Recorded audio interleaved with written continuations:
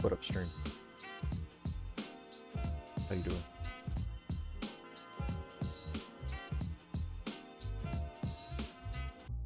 Yeah, I was just sending out some messages there. And some people that were interested in joining stream tonight, interested in joining chat, I should say. Please, even if they're not gonna watch the game. So, there we go. Hope you're having a fantastic Thursday. Best Thursday you've ever had. Better than the last Thursday, which was the best Thursday. That's even possible. You're streaming a little NFS heat. Before we do that, you know what time it is. Bam. Promo time. This is Faction War. It's our 12-month limited ammo open class paintball adventure for everyone. Check the dates here or at nemagfed.com. See if you can make a day. We play at Ware Paintball in AG Paintball and Ware, New Hampshire. Sorry, I'm reading. You can check their website out at agpaintball.com. If you don't want to play paintball, there's laser tag, awesome food on site, beer garden, outdoor television and entertainment for everybody. It's an all ages kind of place. It's fantastic. Great way to spend your weekend. We also have this little nugget. Little Magbed Mayhem. Yes, those that have been asking, I will come up with a new promo once I have dates, but I at least want to show you guys that we do have a MagFed only element that we play once monthly and have played once monthly, but we'll continue once monthly, usually on Saturdays on our off weeks. Occasionally there's a back-to-back MagFed Mayhem and Faction War. If you don't know what MagFed is, there is a copious amount of information online. Just go to Google, pop in MagFed Paintball, watch videos. It's been around for more than a decade. Us OG players can remember the days when this first started, which was pretty fun. It was sick. I'm gonna give you a quick peep of jerseys. Boop. Yes. Yes. These things are sick. Thank you, Carbon Paintball. We're gonna have hopefully command staff jerseys out soon. Working on designs. Probably get to those next week at some point. Pop those up for you guys. Actually, I may not pop those up. I might make those a special reveal, so you actually have to come to the event and scope it.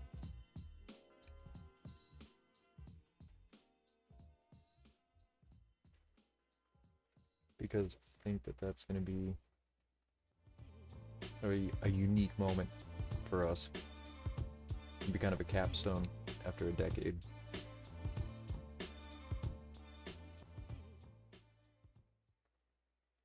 I keep straining my ears to hear a sound.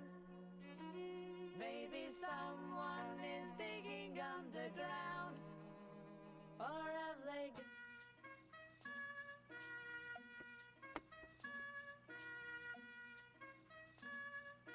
Yes. Yes, it is. Faction works for everybody. Not just one person. Everybody.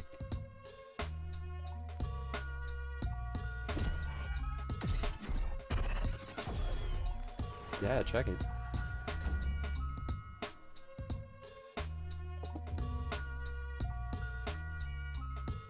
Yeah, check out the website. Let me know if you got questions. Send me a message. Jump in chat. You can always ask me here in chat. I do my best. Make sure I'm peeping that. Yep. You can always go check out our Facebook.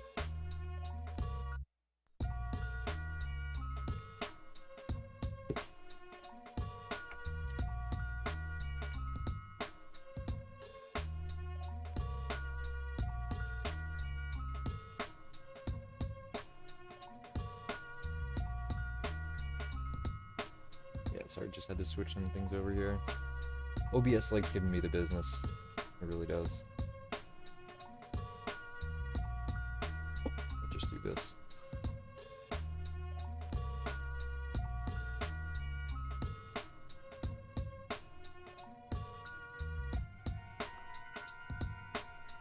Let's see if Kaylee's around as well.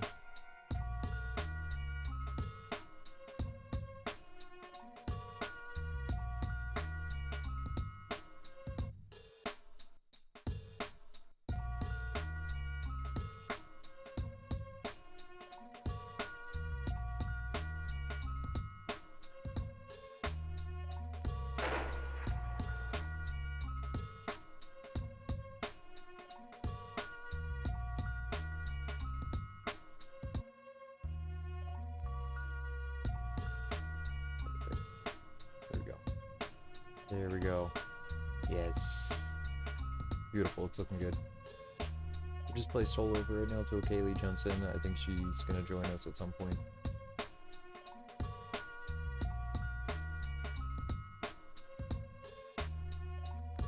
Plus, I gotta warm up in this game, no pun. But in Need for Speed Heat, I actually don't. I know. Yeah.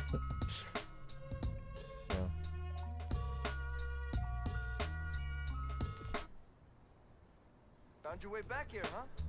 Can't stay away.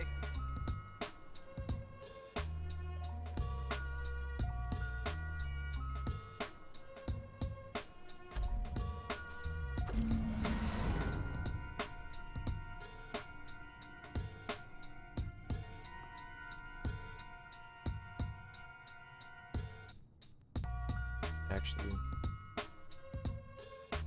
I want to see something real quick.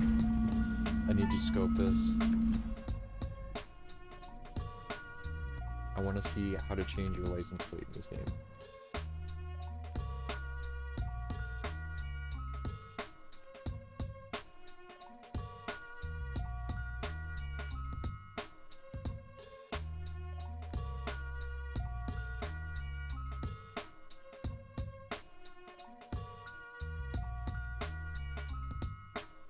Happening.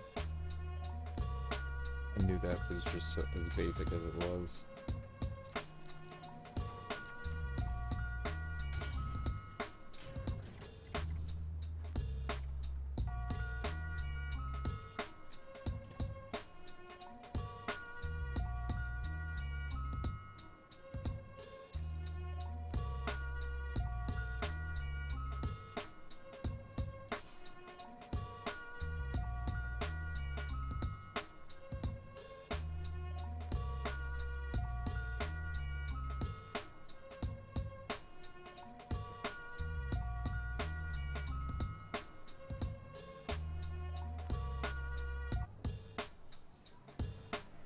And that's what it shall be.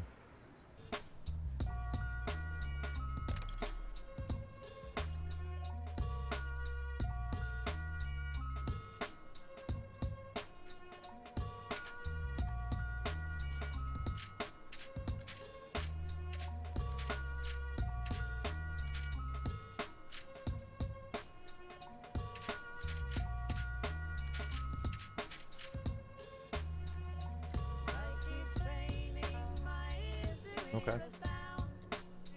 Word, it was that easy. Let's spice it up a little bit. We'll do the night raids.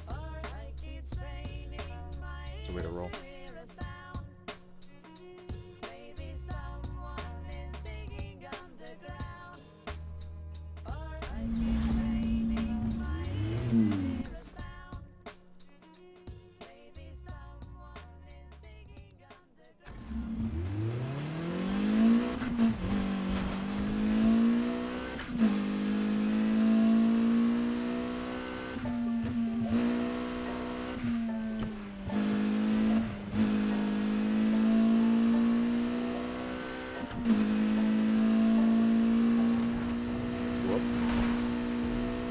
That's what happens when you look at your phone. Don't do that, kids.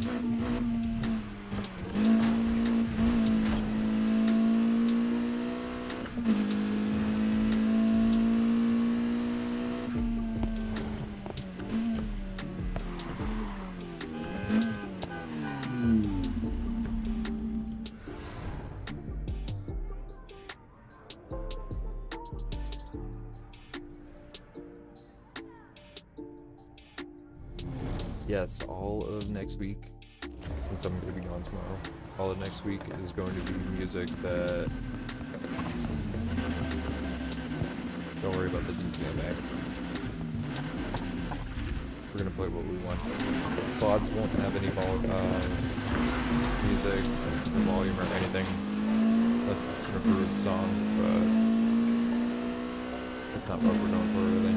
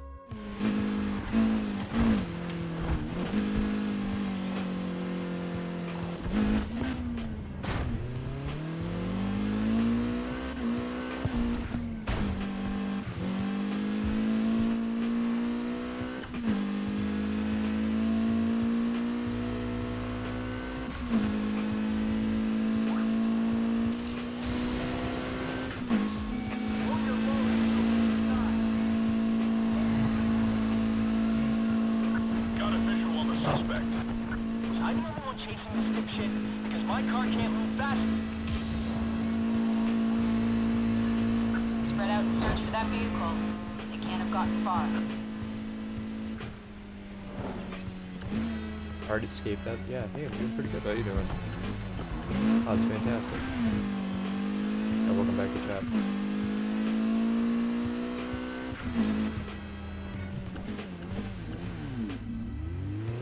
Hello. Hola. How it goes? Oh, it's going. Oh yeah? Did you see that video I sent you? I did. Did you watch it? Yes. Very helpful. Super helpful. Even, like, honestly, when I was playing on Xbox, if I had known those tips, great. But that explains something, too. I was doing about 170-ish on the racetrack when we were both being chased, and when I got away, I was going the reverse direction on the racetrack, hauling ass. And that's how I broke the away from the cops. Really? And I just thought I got lucky, but apparently that's, like, actually a thing, according to that video, and it's like, okay. So it wasn't just luck. Interesting. Yeah. See if I can just quickly join straight onto you. In the middle of a chase right now. Won't be for a minute though.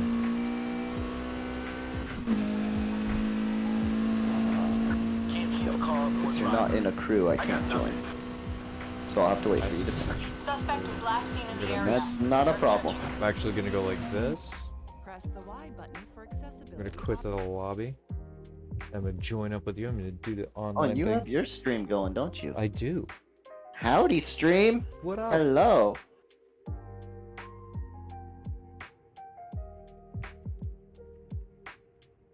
Yeah, our last little session went pretty well. We got some pretty good viewership on a Nice. random heat stream. I got some So news good. you'll like. Whoa, what's up? Hit me.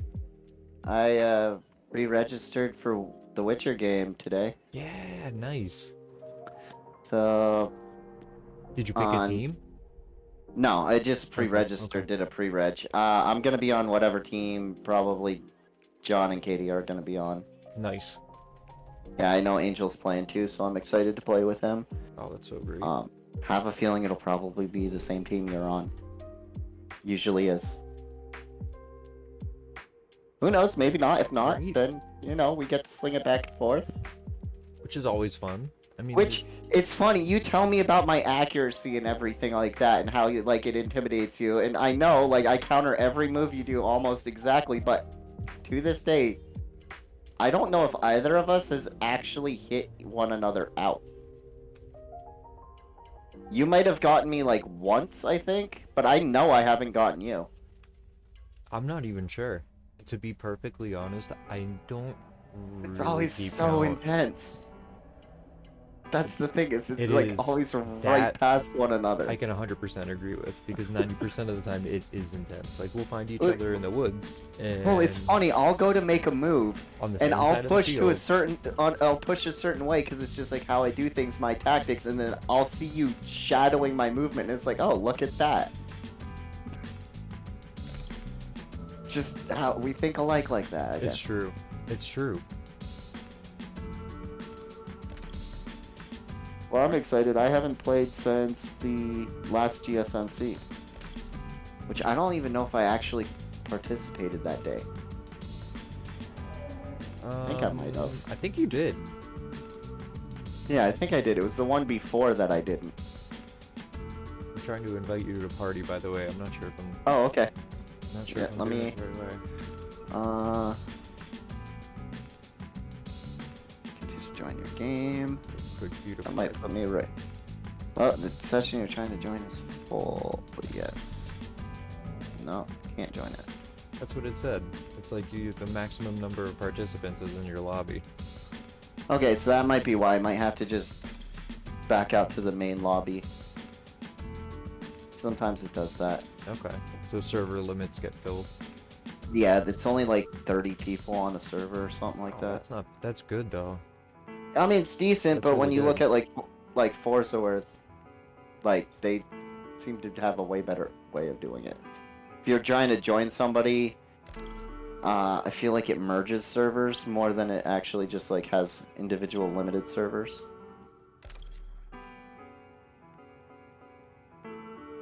Interesting. Okay. Yeah.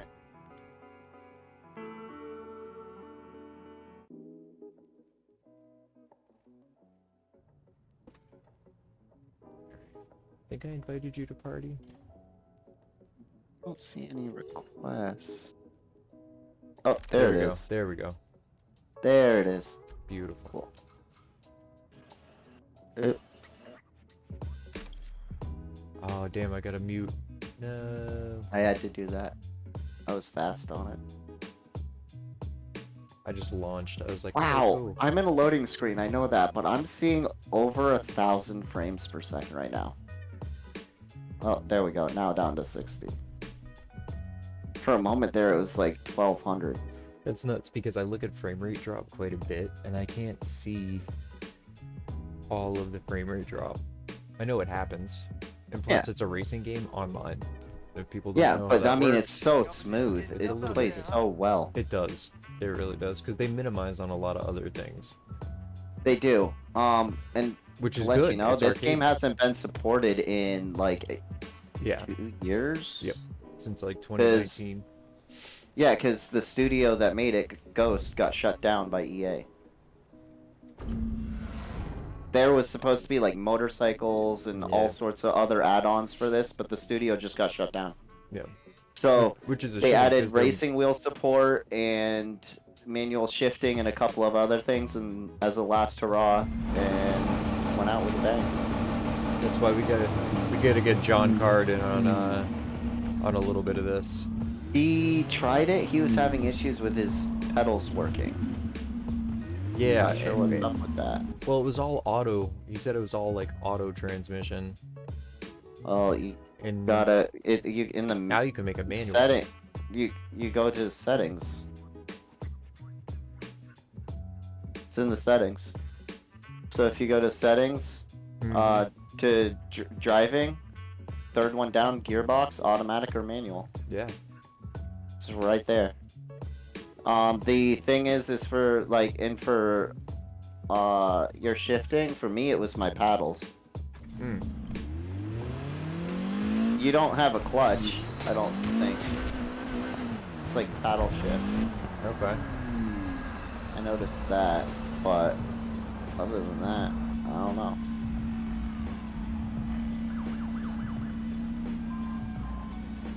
It worked for me just fine, but also I do have the standard Logitech pedals. He has these crazy aftermarket ones. Yeah, I was gonna say his rig is pretty impressive. Got the same steering wheel as me, but that's it.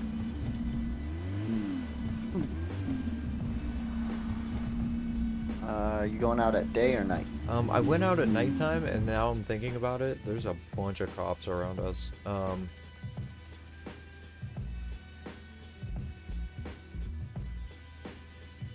Ooh, I need to reach heat level 3. Okay, okay. Coming out at night.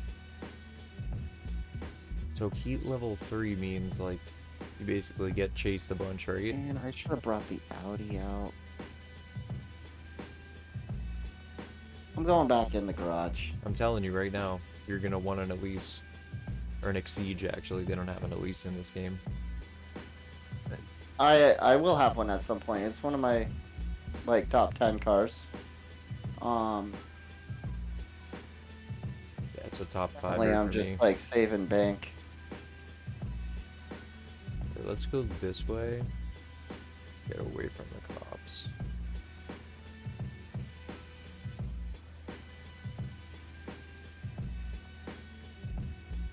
Because we only have like 2 in our immediate area. Well, actually, where are you? Are you near me? Coming out of the garage right now. The starting area. We're right. Alright, so my checkpoint is there's an event called Summit, the Granada Wetlands, which is south of us. That looks sick.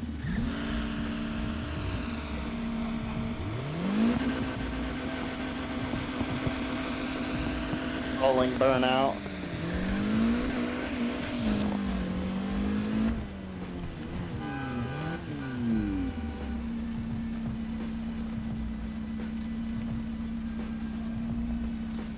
You want to come with, or do you want me to just screw all the way down to the... Yeah. Sorry, I was doing No, burnouts. yo, no worries. Part of the fun of this game. Uh-oh, uh-oh. Oop, oop. It's right in front of us. Back up a little bit. Okay, and we out. Oh no, there's another one right behind him. Let's get out of here.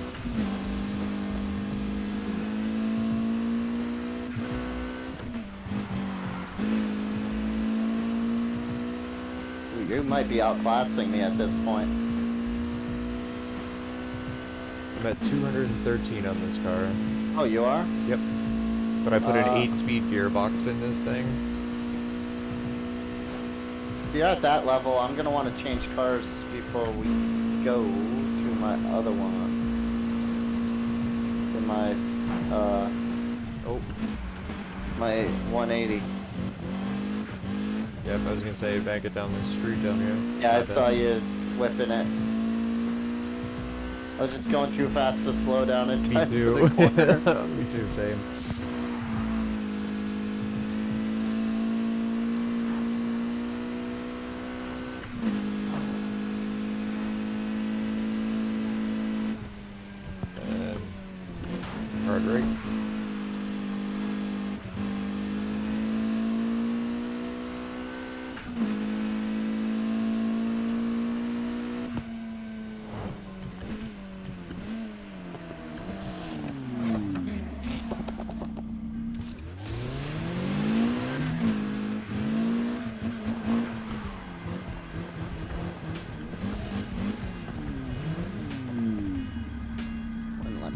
cars. That's okay. This one should be fine. It's like a 230 something. What is it?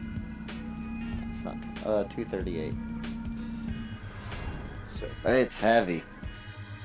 yeah, it is heavy, but it's got a good amount of power. It's beefy. I love my little Exige. But next car I'm gonna get is a Ford Focus. Those are pretty sweet in this. They are. The Ford Focus, any In my Lotus. top 5. Focus GT is an amazing car. In real life, too. Power to weight's really good.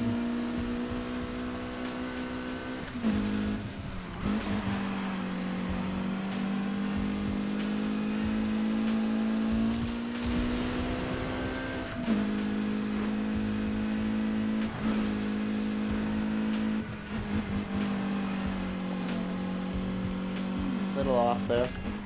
A little wider than I want it to be. It Okay. is. The conditions, road conditions, too, kind of suck. Oh no, I just took the corner a little too hard.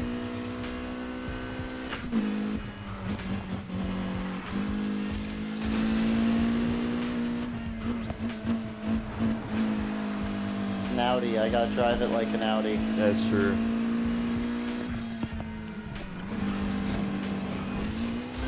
Oh, Aw, oh, I saw that. I went for it. I went for it. Yeah, I saw that.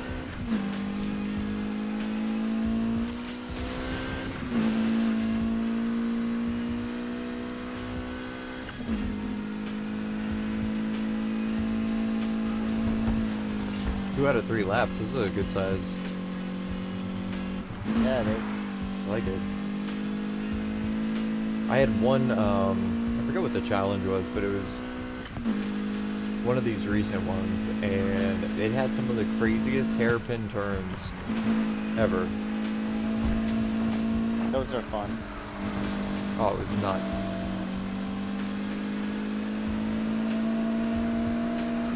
I like those because they're super accuracy based versus top speed.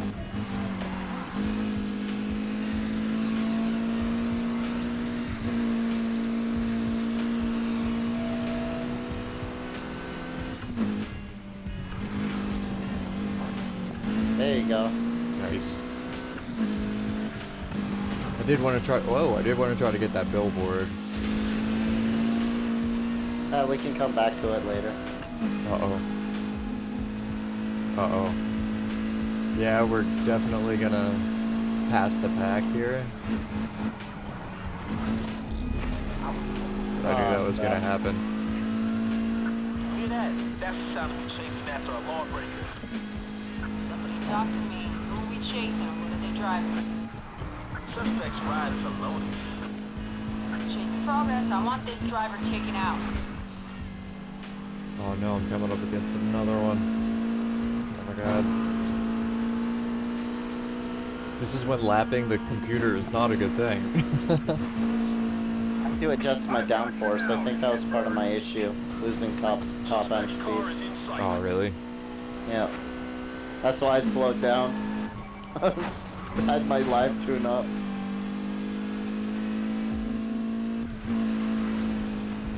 I didn't know if the stance of a vehicle affects how the vehicle controls. I don't think so, You really. know what I mean? Like, if I slam this thing, am I getting better, like, I don't or think camber? it does anything. I think it's just looks. What are you, piggy? Will they chase me because I'm just sitting here? Yeah, they might. No, maybe Yep. not. Yeah. I dragged them away. I've got eyes on the suspect. Oh, well, thank you. No way my car's fast enough to catch him. Oh, no, he's after no, me. Damn, he's not. Yeah, Spread out no, and search for that's that all good. vehicle. Get I'm me done. a front car. I'm running for it. Okay. There's two to my left. I can come help you. Uh-oh. No, I'm not being pursued right now. I'm not, like, I broke them, but I'm just trying to get out of the area. Oh, I can't help it. I gotta look. Gotta take it.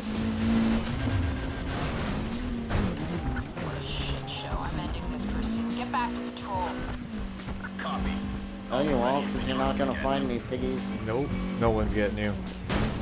Aw. Yep, and I'm hidden. I'm hidden. They'd have to get real lucky to spot me. I'll wait for you here if you want to meet me or if you want to go to a race. Yeah, let me pull up the menu here and see where we can. I'm make literally it out. chilling behind a building with my car shut off, aired out, just, you know, chilling. All right, I'm headed to the next race, going all the way to the most southern point. It's Millennium F.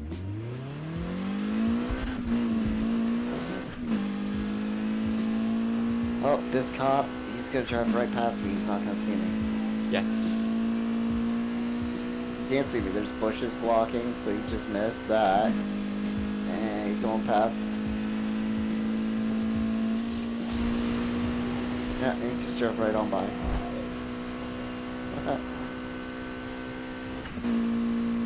My gosh, I can't believe there's a whole nother gear after this. I'm already at 165. Wait a minute, wait a minute, wait a minute.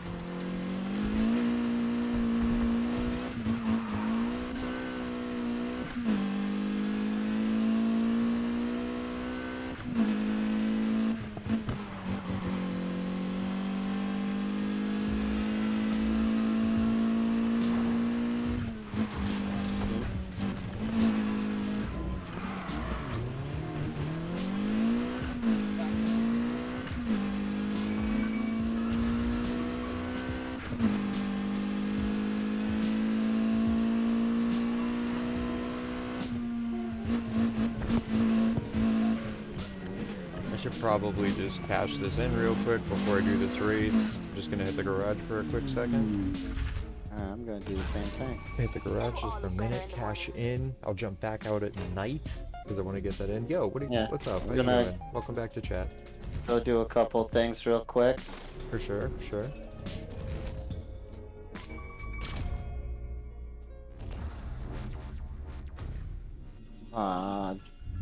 Don't turn right, don't turn right, don't turn right. Shit. You've been approved for some more parts. Check them How out. fast can I reverse?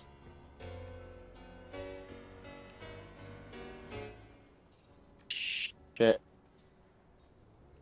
He spotted me. You asshole in the Audi pullover. I feel like I've heard that a few times in real life. It's a real thing. Don't try to outrun you? Oh. Sorry, bud. Do I want to twin turbo this thing?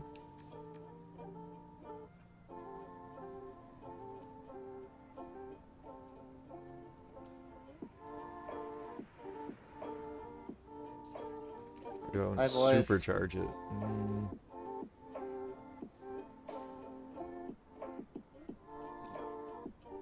Don't try to outrun me, they said. It wasn't hard. It'll launch it. I should put this in, but I don't get a better rating. I need the highest rating, right? Is that usually how it goes? Yeah. You just want the highest rating on your car? Usually, yeah. Okay.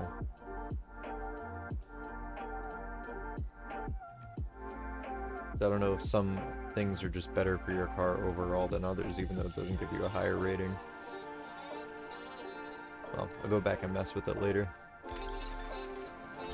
I'm almost to the garage. Word. Just had to give the boys in blue the slip real quick, you know.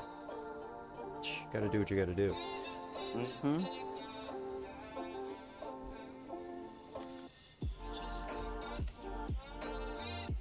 Need it.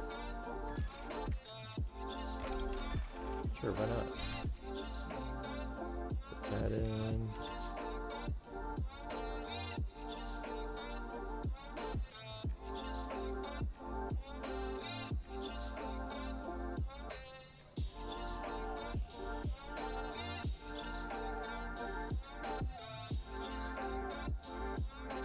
I feel like I should just put damage reduction on my car. I don't know.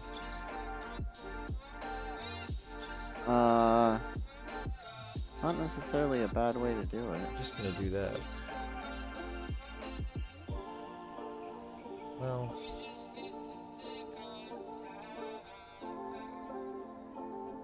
Or damage increase.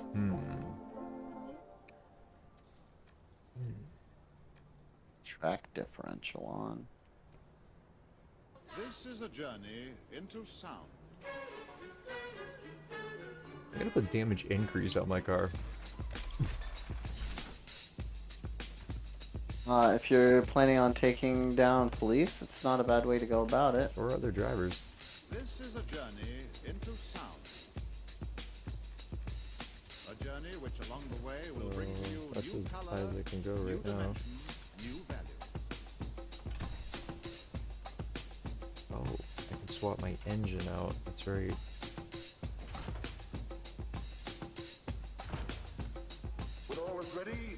I was thinking about. See, I feel like I should do this I'm gonna do the same on mine. because I get a 217 horsepower 2.3 liter inline 6 over an inline 4. What So, level are you? 15. Oh, you're just above me. Okay. So if I swap this engine, that means I get all these sport parts. Do I get to keep all my pro parts? If the parts that if you swap it on the engine that's on it, the parts stay on the engine taken off. So you want to take them off first. Okay, so take them off and then I pop them up. Alright. We interrupt this broadcast to bring you a special news bulletin from our on-the-spot passport. Oh my gosh. The music just turns me on. Alright.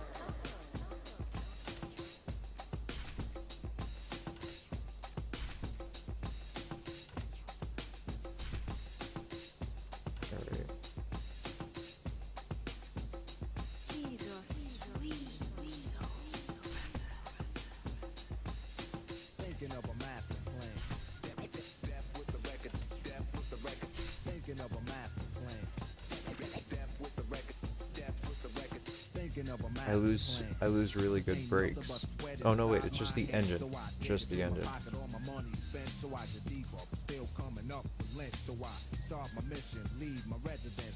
Yeah, I'm gonna go with this inline 6. Wow, the next upgrade's a 327 horsepower? What?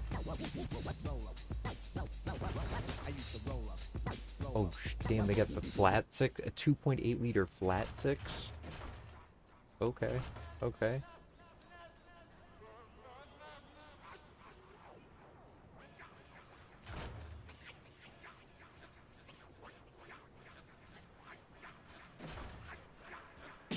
This one's still much higher. This actually is one less horsepower. I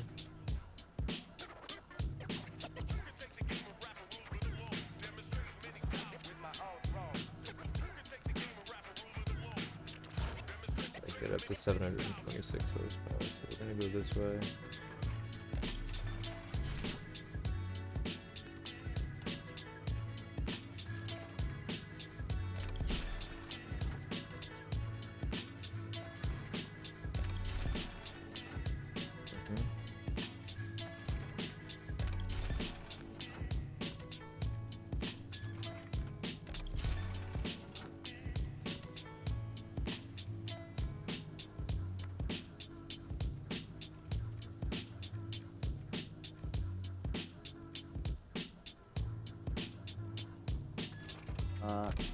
Yeah, there's not much more I can do to either of my cars. And the Audi's still technically the higher one now. I'm not Really? Yeah, I'm not entirely sure why I can't. I did the engine swap. And it seems like even though it has a higher potential power on the other one, it ends up with less of a level. That's what mine did, but then what Yeah, happened now was it's 217. I'm at 265 right now after doing the engine swap and putting my parts back on. I put all my parts back on and... Yeah. You have Pro Plus parts? Yeah. Yeah, that's what I have on all mine too. Except one Pro. I have one Pro. Actually, can I have, except for my turbos. I can't do Pro Plus on those yet. That's yeah, next same, level. same. Once I hit 15, I can upgrade those. but everything in chassis is Pro. Drivetrain is Pro Plus, Elite, and Pro. Then it's all Pro Plus for the first 4 on the engine, and then the turbo's Sport, and then the NOSes are Pro. But it's like I lost like 20 levels when I did my engine swap.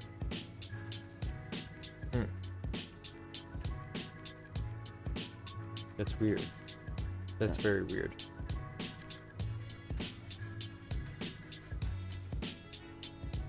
Yeah, it shouldn't. I don't know. Shouldn't be like that, Oh. right?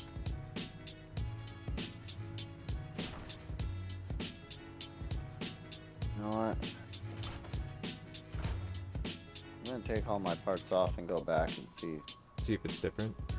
And that's weird. Not liking that. Yeah, I don't like that either. It's not. I mean, it's the same engine, just with a higher end potential. But still. I'm gonna go. Yeah.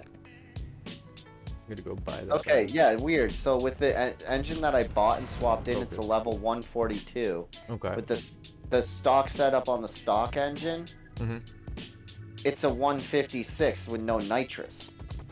Weird. Yeah, Huh. but it's got 116 horsepower overall less potential. Yeah, I was gonna say, look at the horsepower. Mine was like, it was at 218 out of like 400 and something. Now with the new motor, it's one less, so it's 217 or 216 out of 735 horsepower. Because I just went from a 4 to a 6. So like I lost what looked like 1 or 2 horsepower, but I got a much more oh my gosh, yep, a much more powerful and responsive motor out of it. Technically, they're the same engine though. That's the weird thing. Are they? Yeah, they're both a 2.0 inline 4. It's weird. And they both But is completely the stuck make displacement the same? 225. Okay. Yeah, they're completely the same. And this one has the Sport Turbo and Sport Nitrous on it, and it's a lower level, and 22 horsepower less than the stock one. But it has more. You know what? For argument's sake, I'm just gonna end up buying parts for both engines. Right? Because I'm gonna have everything upgraded the way I want it on this. And then I'll swap the engine. I can always have the parts for a different car, so I'm not worried about it. Money's easy enough to get to. Yeah, what's Rinse up? and Welcome back to repeat, chat. free races. True.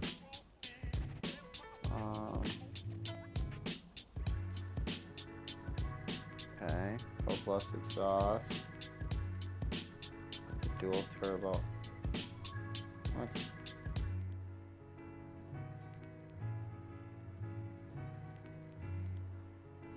Okay. I'd love to have a Grand National. Such a weird. Weird. Okay, Awesome so both set up identically with the parts, okay? The stock one makes my car level 229. It's got 305 horsepower. It's a 4.0 0.03 0 to 60, 305 max torque, and a 203 top speed. The other one is a 302 horsepower, so down 3. Mm-hmm. It's down 0.1 on the 0 to 60. It's now 4.13. Max torque is down 24, and top speed is down 1. And it's down 9 on level. Really? Really? That's weird. That's really weird. Mine was down 5. But I gotta try it in the car, I guess.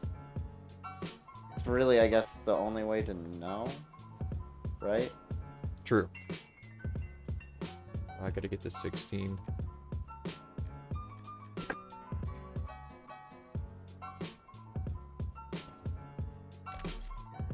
Yeah, man, that's I pretty spent much so it. I much mean, money. Oh, I did too. Spent like I have 200K. only 11 grand. Yeah. I wanna try it out at least. See how it goes.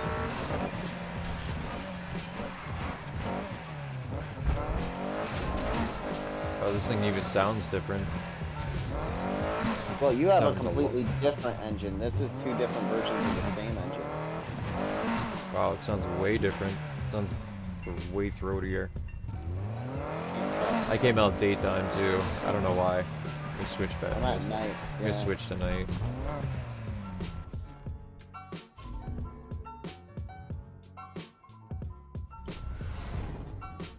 Still think my Audi is faster.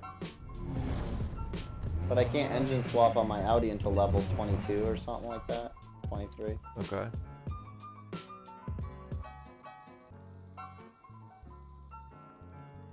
Oh, we still back, didn't. grab It says my we Audi. didn't complete that race. It says we didn't? No. Still has the circles around it. It says new. What? Yep, so we can go down and get the same amount of rep. Which is great. Hmm. Yeah, I know. It's been weird. You're definitely gonna outpace me now because my other one's only. What is it? Oh, that's a good one too. Yeah, we should do these two. Yeah, this car's only 243 now. And then we'll come back on this one. And it'll take us up to this one. Damn, okay. These are all like really well linked together. And we'll make like however much we can in a night and not get caught. But I'm gonna drive it. Do you need the first location? I wish I could just send it to you. No, you can, once you get there, you can just send the invite. I'm Okay. coming out of the garage now, so. Alright, word. It's the one all the way to the south on Cape Castile. I can just. Oh wait, I went at night or day. What? I went to nighttime. I just went to night. No, I meant to come out at night. I just clicked the wrong one leaving the garage. Oh, word, word. There we go. Now I'm nighttime.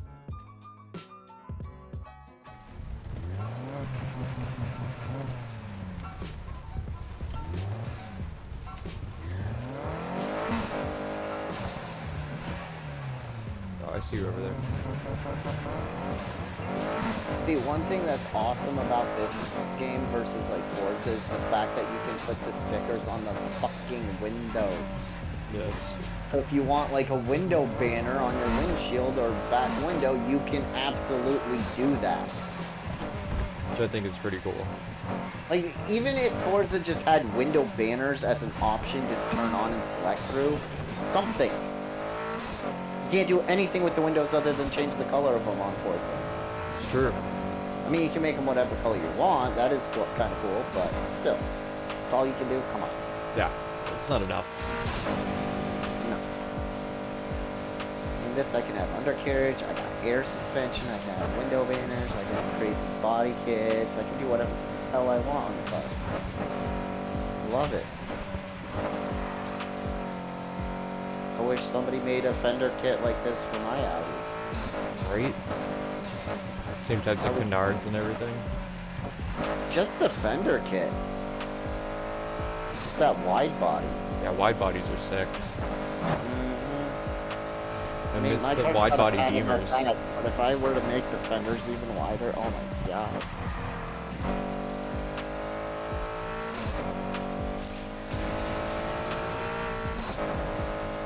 Yo, what's up? How you doing? Welcome back to chat.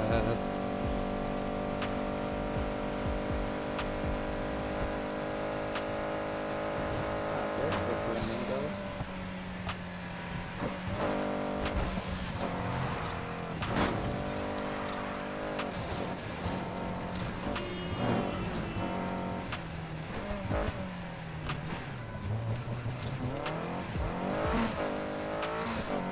Alright, we're gonna try that again.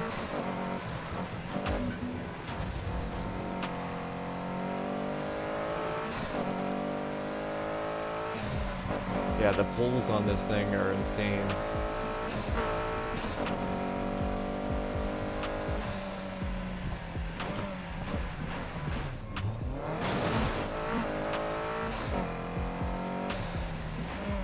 Alright, let's try that again. Ah, there we go. Let's Got try it that that again. time. Okay, let's see if we actually get to complete this thing.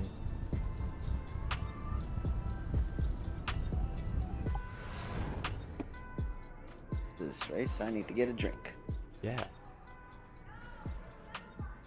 Is your faction? Yes, faction war's still going on.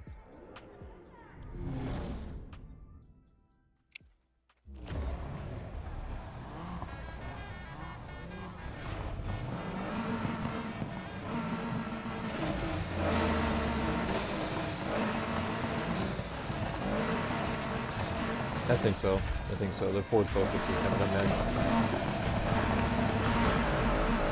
We'll just max that thing out. And the whole pack just blocked me. It's trying to get over to your side. Oh, thank goodness, because I was hoping you made it back in time. Oh, I hadn't gone for a drink. I said after this race I would. Oh, okay. I was worried. I'm like, oh no. No, I'm not taking that kind of risk.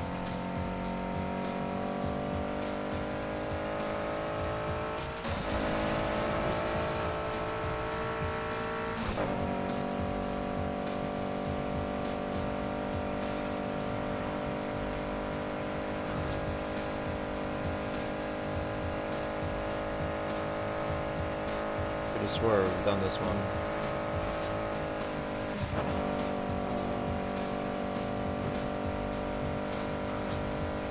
Man, that pole slowed me down.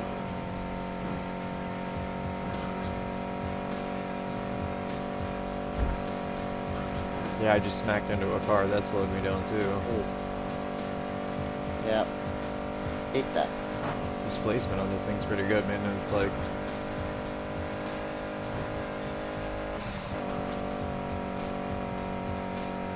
a lot of bit different than the motor that was previously in here, but it stays at a constant like buck 50. Oh, Ooh. Whoa is right. that was not what I expected. Out of the way, green ass fucking caliber.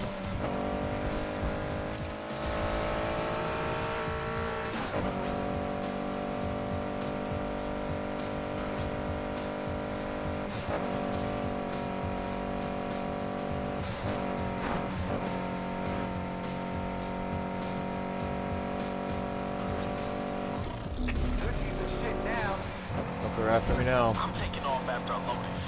Gotta make him remember this chase. Not for long. Not allowed at all. Officers in a pursuit. Gone. Face Face into a wall. I mean, I don't know what chance he thought he had. He's still faced into a wall back Right? there. Waste both bottles.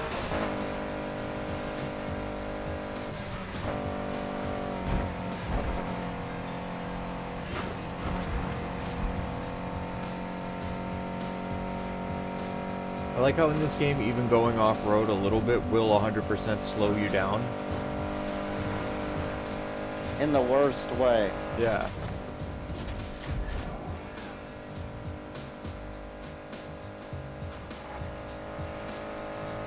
I don't even know where I'm supposed to go right now. No idea, I'm just following ripping you. it, dude. Just I'm ripping it. still right behind you, following. Ah! Oh, crap. Oh, Dodge. I don't even know where I'm going. Ah! Alright. Find the next one. Where am I supposed to go? Oh, this one right here. It's so close. I went the wrong way. Back down the hill. Back down the hill.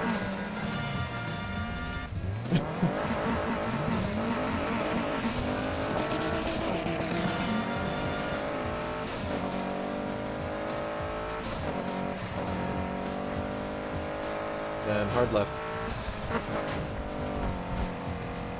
wait to get my F1, my McLaren F1, when it gets delivered to the shop at level 30. Yes. I don't know what I'm gonna get when we get up under those levels. Oh, it's the one right here, the shipment, greatest car in the world. It's one of the DLC, it's the paid for DLC car. Oh, really? At 20, I'll get the Aston. You will too.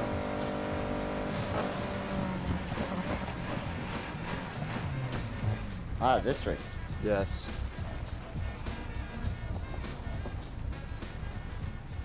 And then that'll take us up to the next one, and then hopefully by the end of the 3 we'll have like over 10 or 12k in rep. Actually, no, we'll have way more than that, like 15 to 20k in rep. After 3 races. That's pretty good. That's pretty damn good. Oh yeah.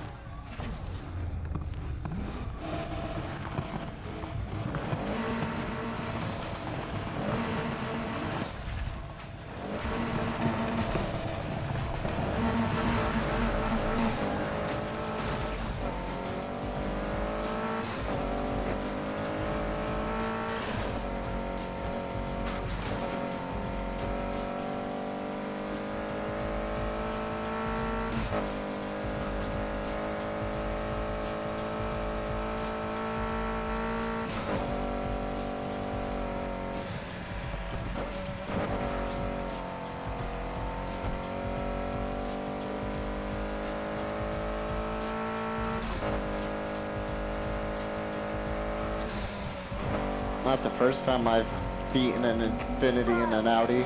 Right? It's possible. Favorite suspect just reappeared. I say we give them what they're begging for. I mean, even when I was just stage 2 on mine, I was able Come on, to. move it, everyone. I want him caught this time. It's just an A4. A4s are good. Yeah, but I wasn't even making 300 horsepower and I was able to beat them. It's kind of sad. That is crazy.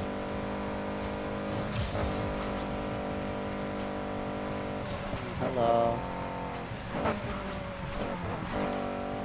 Oh, Oh no, this uphill. I hit a wall. Oh, careful, you got a police officer coming at you. Yeah, I know I do. Like right at you. Well, I have one behind me already. Oh no.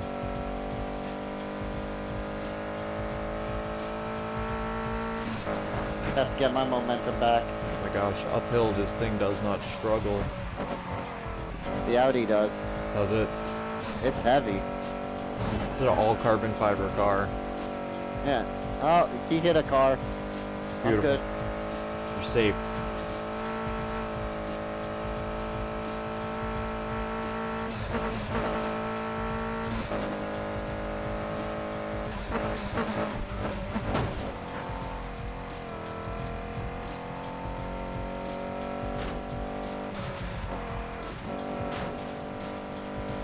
That whole little chase there took some speed off me. Slowly getting it back.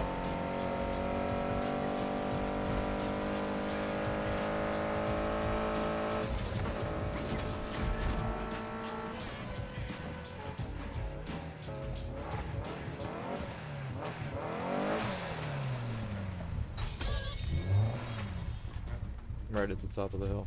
I'm parked in my driveway at my home.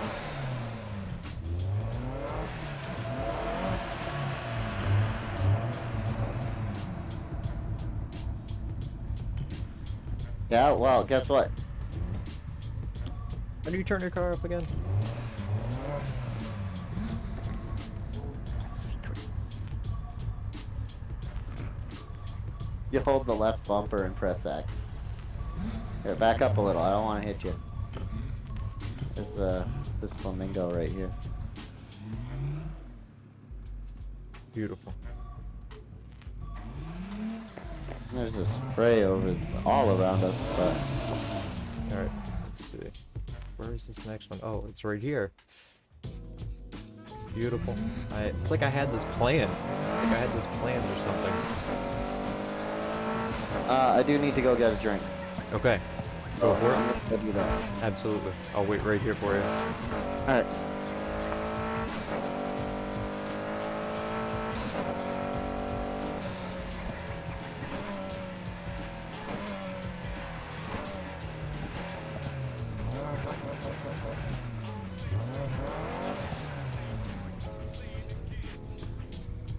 Oh, pizza joint? Yes.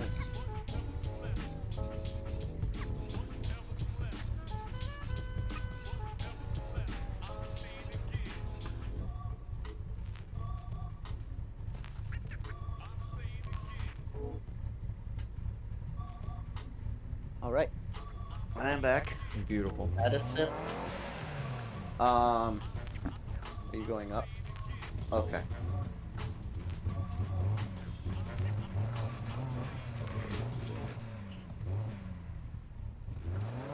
No, one more time. You're on my snack. Other way. Ah, you just went right over it.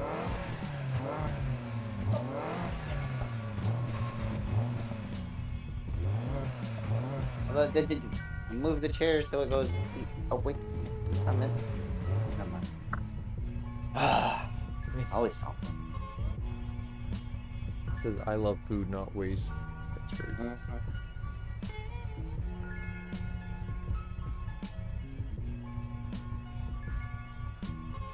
Need to clean this car up a little bit.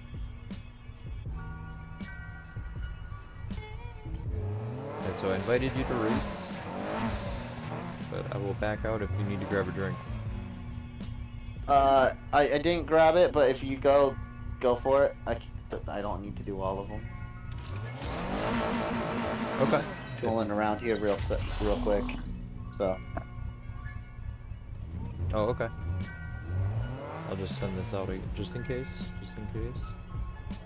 I mean, I'll accept it.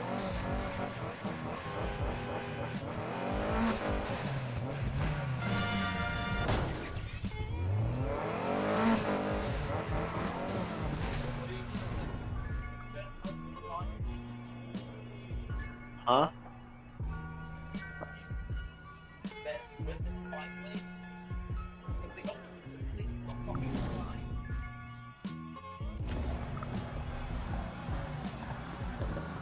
Yeah, what's up? How you doing?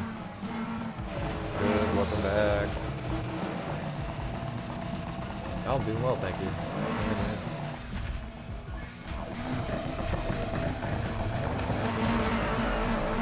Oh yeah? How'd that go? Oh really? Congrats. Congrats. That's great. That's very good news.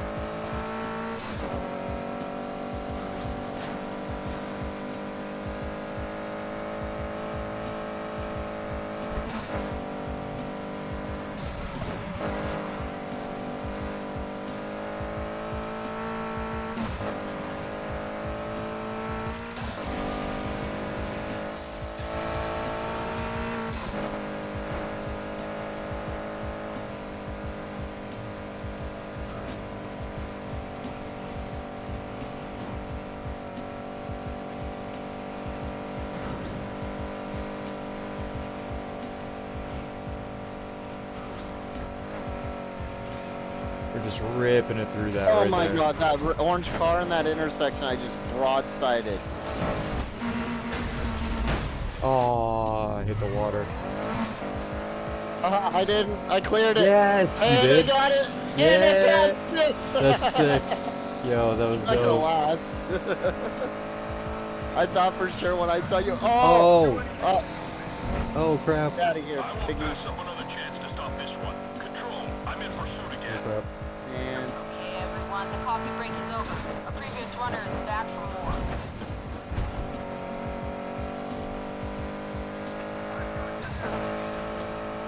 go away. I don't like you, I know, but just let us race in peace. right? I'm not harming anyone. Just pixels. Just ourselves by running into stuff. Mm-hmm. Oh, I'm getting away. Yes. I think. Oh, please. No. No, this one persistent asshole. He's right behind you. I'm watching on the mini map.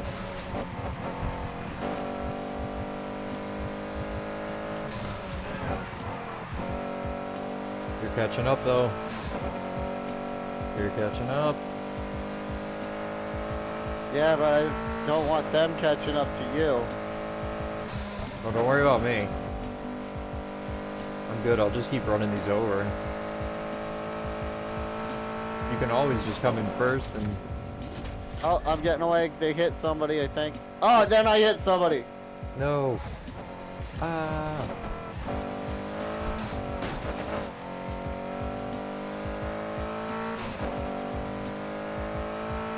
Oh, Should I just start shit. this race? I can't join it. Oh, okay. 'Cause I can't while I'm in a pursuit. I'm gonna turn around. I'm gonna come help you. I just whipped a Yui. I'm about to die. I'm coming to get you. I need to find a gas station. I'm like Are you on full critical? health. Yeah. Alright. I'm coming.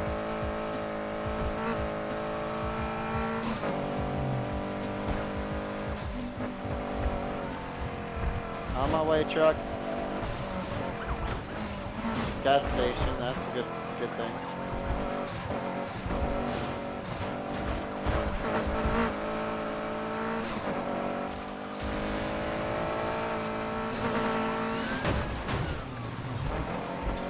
Oh, I just hit that. I hit both of them. Hold on, I'm coming.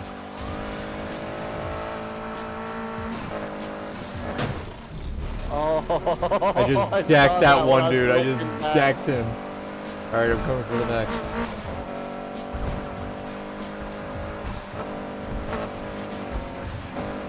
Just pay attention. Just keep your eyes on the road. Just keep evading. Nice. Oh! Oh! Go, go, go, go, go. Someone lost our target. Get in there Yes. and find that car. Oh my gosh, there's so many around us though. Should just stay in the inside Other way, of the... other way, other way, other way. This Oh way. god, oh god. Oh my god, there's a line of them. There's a line. Look how many are in our area right now. Look what you just did. No.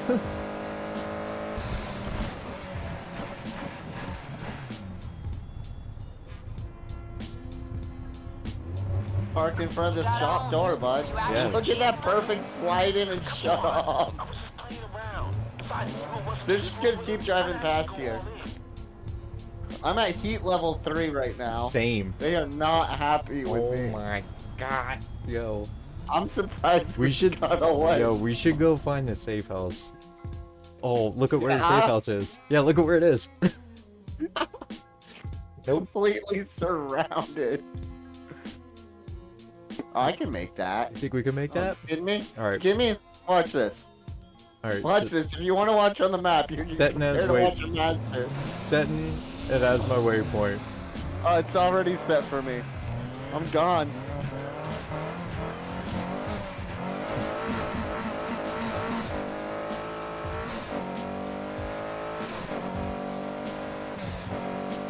Gotta time it all perfectly.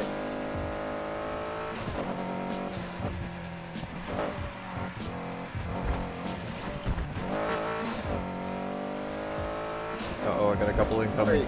I'm free. I'm out. I made it. Made it to extract. Alright. Almost there. Yep.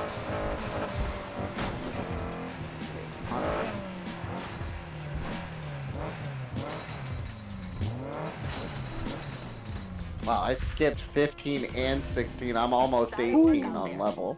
That's why we did those 3. That was like Uh-huh. 50k in experience. Oh, there's performance, huh?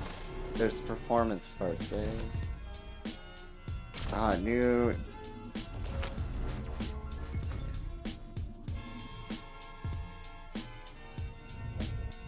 I only need one more level.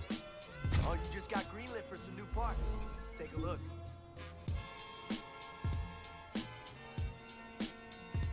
Yeah. No new parts for me. I got one more level.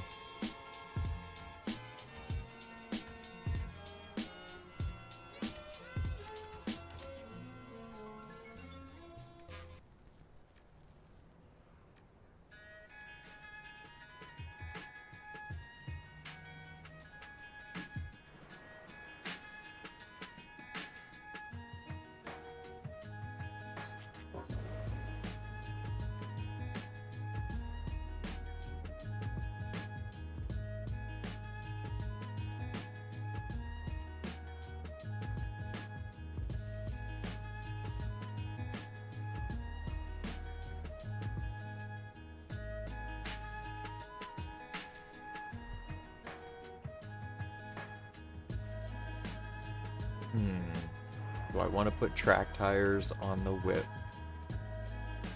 I've gone mostly track on my Audi. I think I should.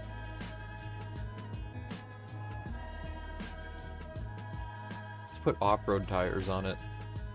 Let's kill 9 of its ergo, or 9 of its rating. I mean, at some point we're gonna need to build off-road cars. Yeah, it's true. That's probably what the focus will be. You Great make to that a do it. rally. Oh yeah. Ford Yeah, Focus Rally, we'll go on. or the WRX. That's like king of drift in this game. I didn't make the game. It's just what it is. It's a Subi. Yes.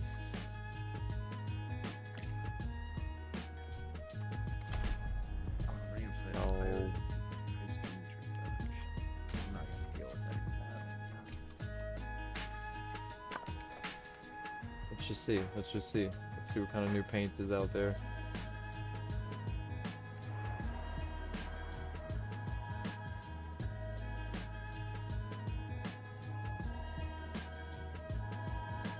Yeah, that is pretty dope.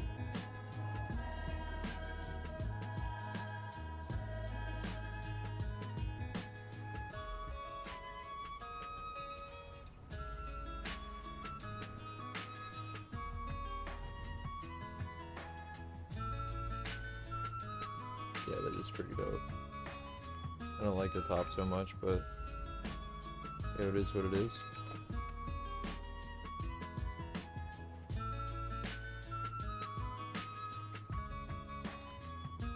Oh, sorry about that. I was saying goodnight Alright. to Iz. Yeah, of course.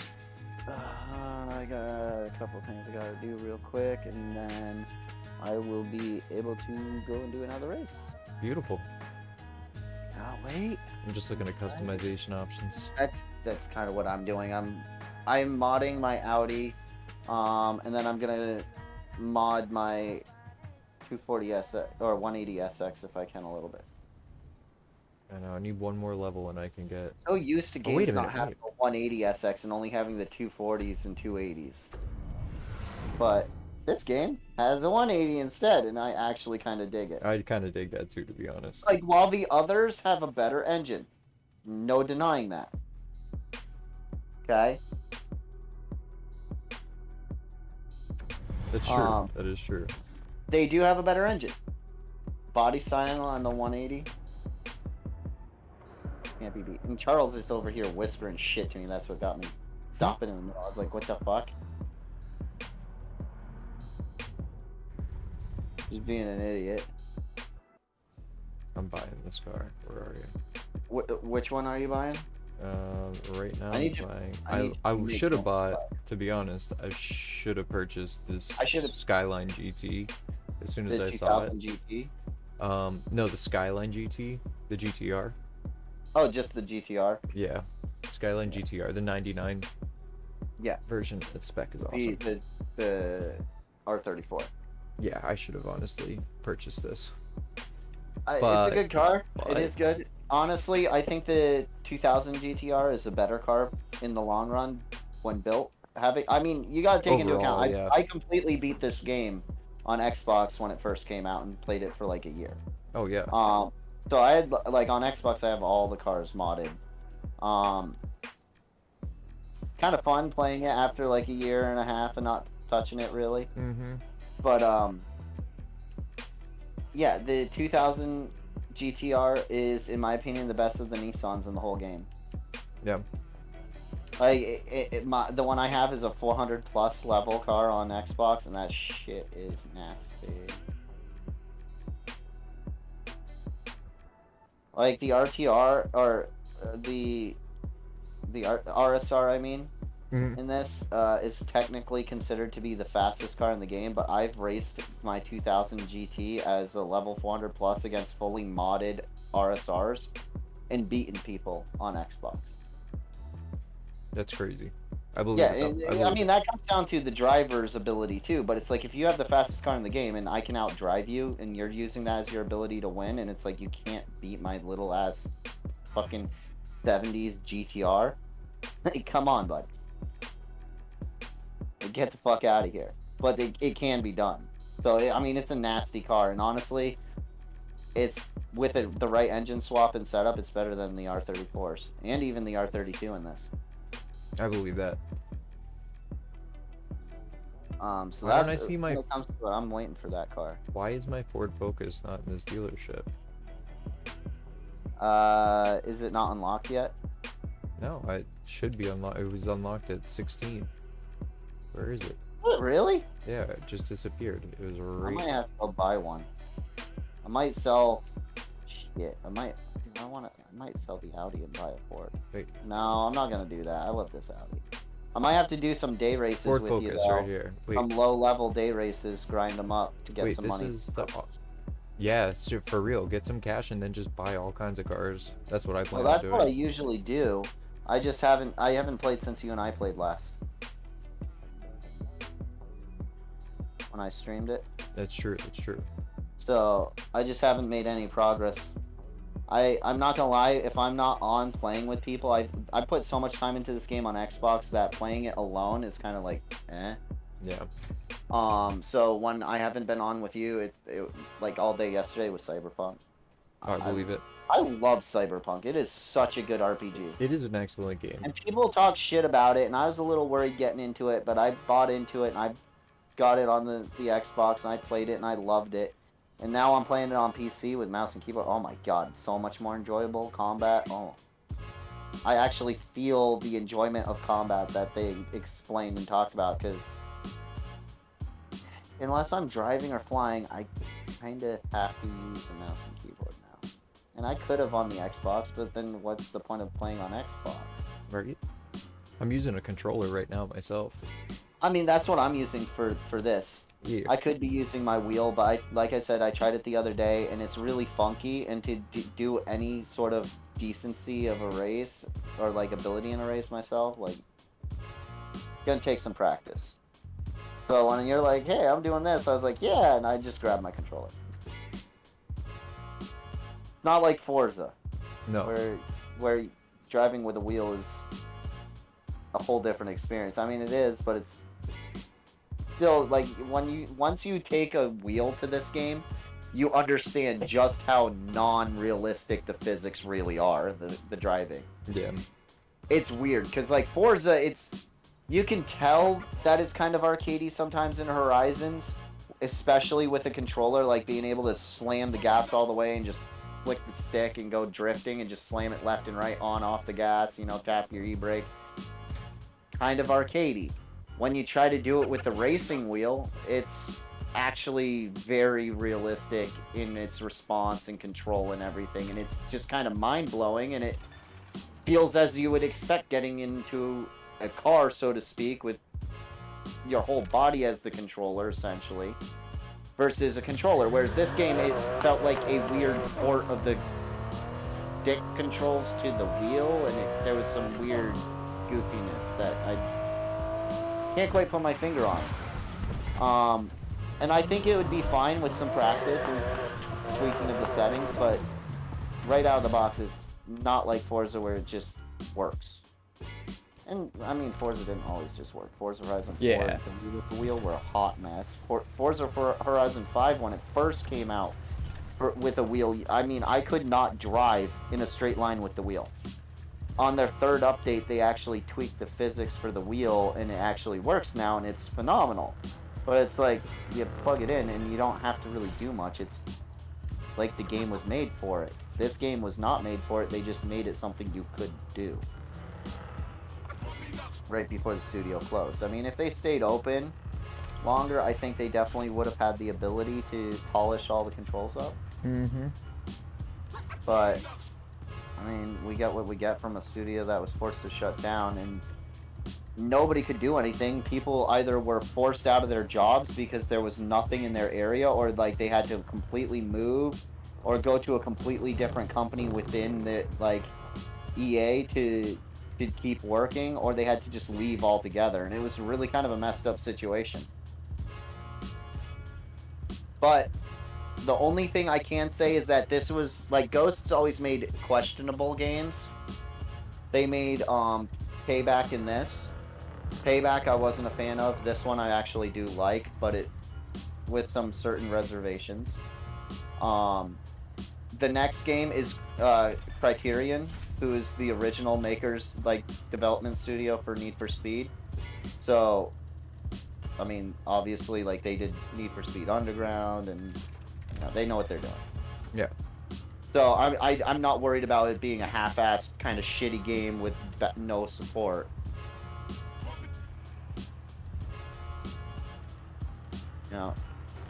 And to me, that's an important thing when I'm playing a game. I want support after, like, post-launch. And this game had it and had plans for it, but just didn't pan out. And unfortunately, we can't really judge Ghost Studios' ability to support the game after, because they did pretty well with Payback, even though I didn't really care for the story or the animation of the game.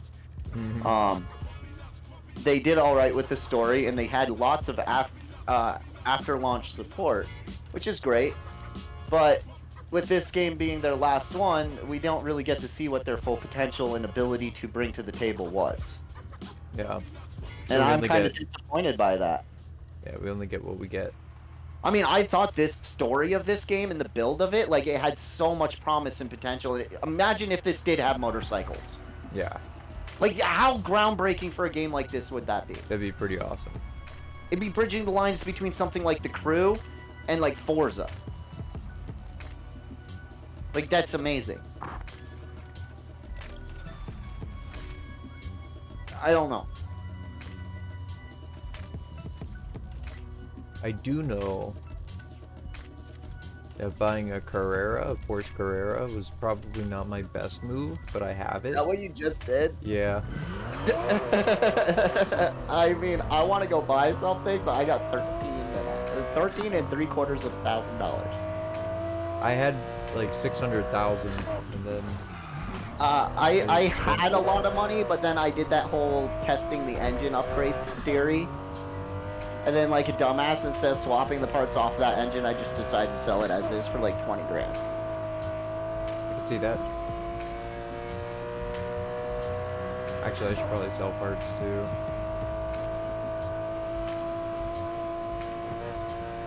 Little Porsche screams.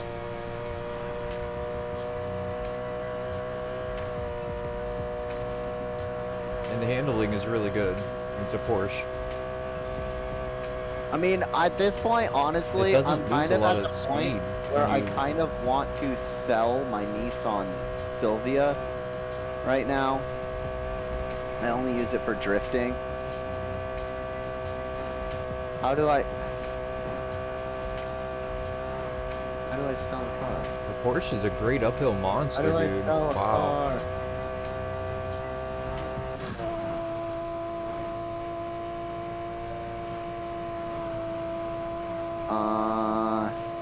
Wow, this thing is awesome uphill. It continues to accelerate uphill. Turning gets a little dicey. It's cool. Let me see how to sell a car. I forgot how to.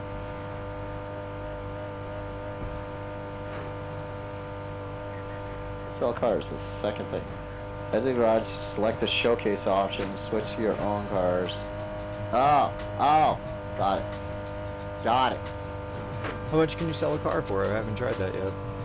We're about to find out how much my level 176 at 178 something S14 or S15, S15 I think it is, Sylvia is gonna be sold for.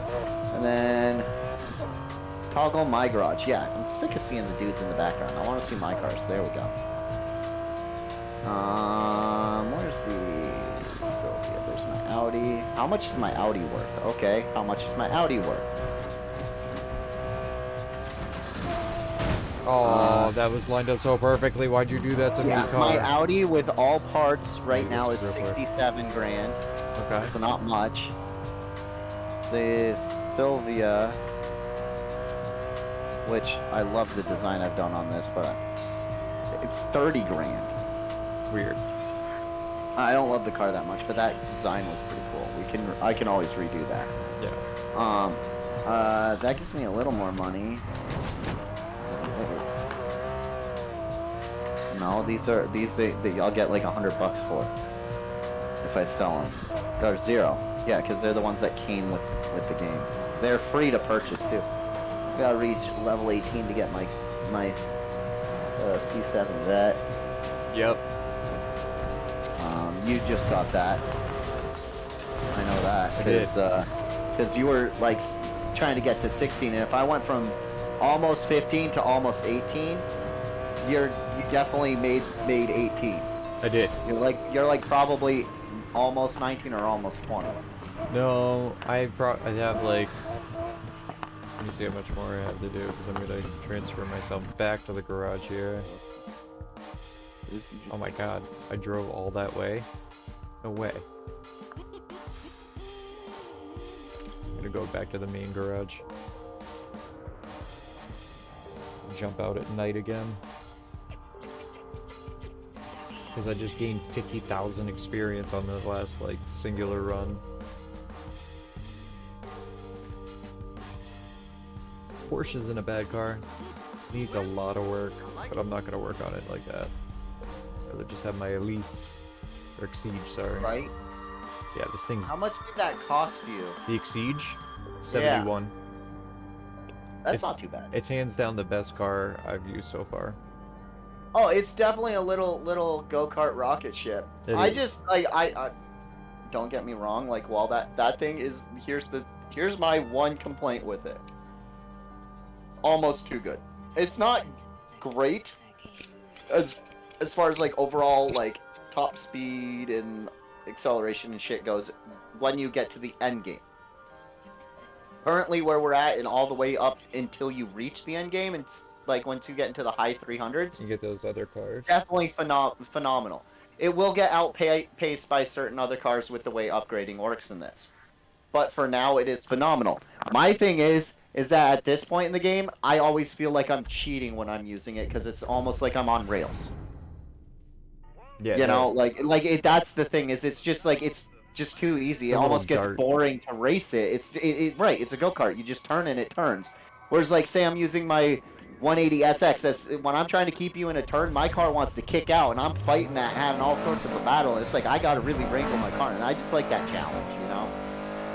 And they slow me down a little bit, but I'm still coming in second to you, and I don't really care about winning when I'm racing my buddies. As long as both of us take first and second, that's all I care about.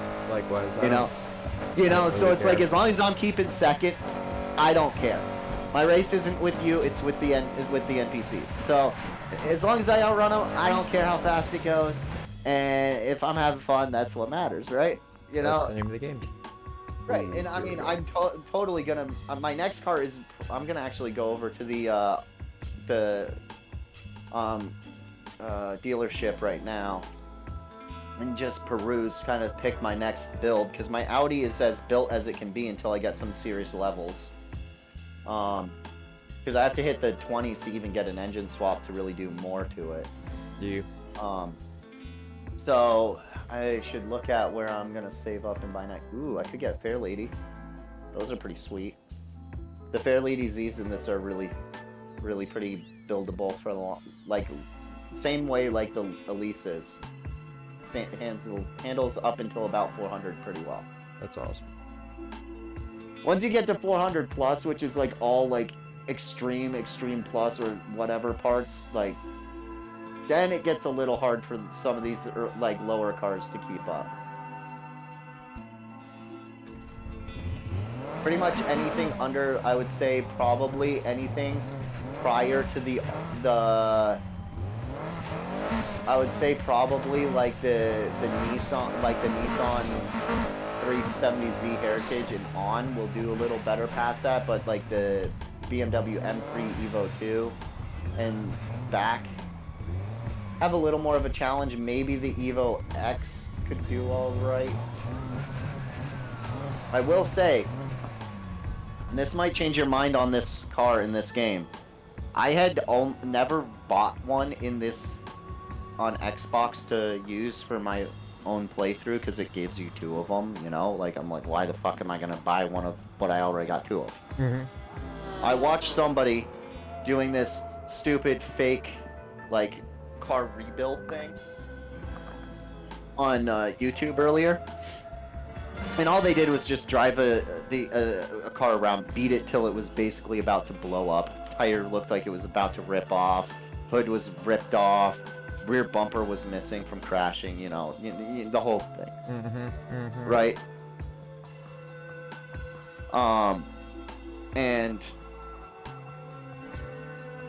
basically, he took this car, brought it back to the garage in this state from being a stock car, and built it up like he was building a car that was being restored, quote unquote, and built into something. Looking at all of the customization that they have for that car, like even ones that don't exist in real life that are made by the Ghost development team.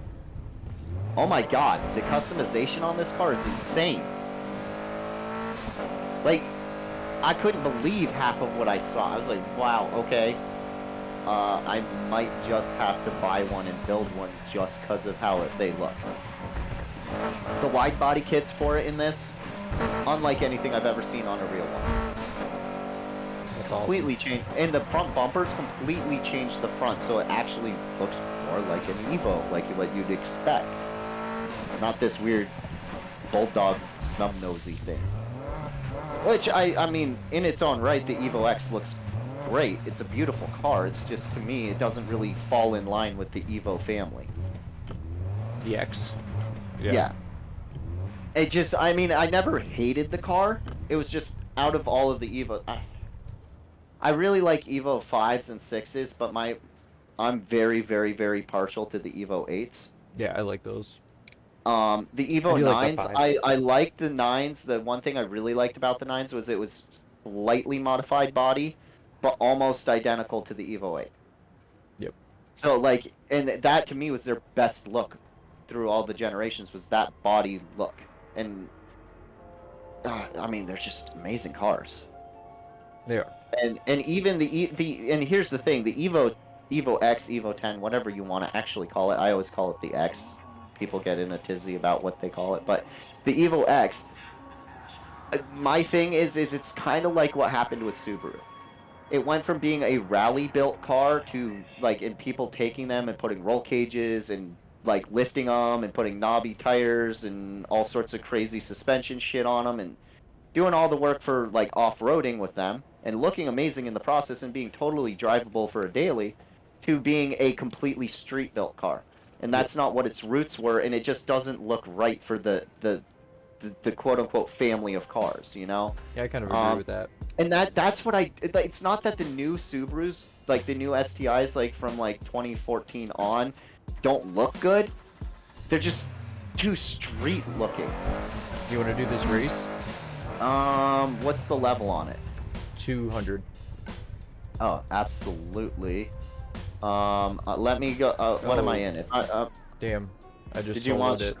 Yeah. Oh, whatever. Go for it. Go for it. I gotta get my other car anyways.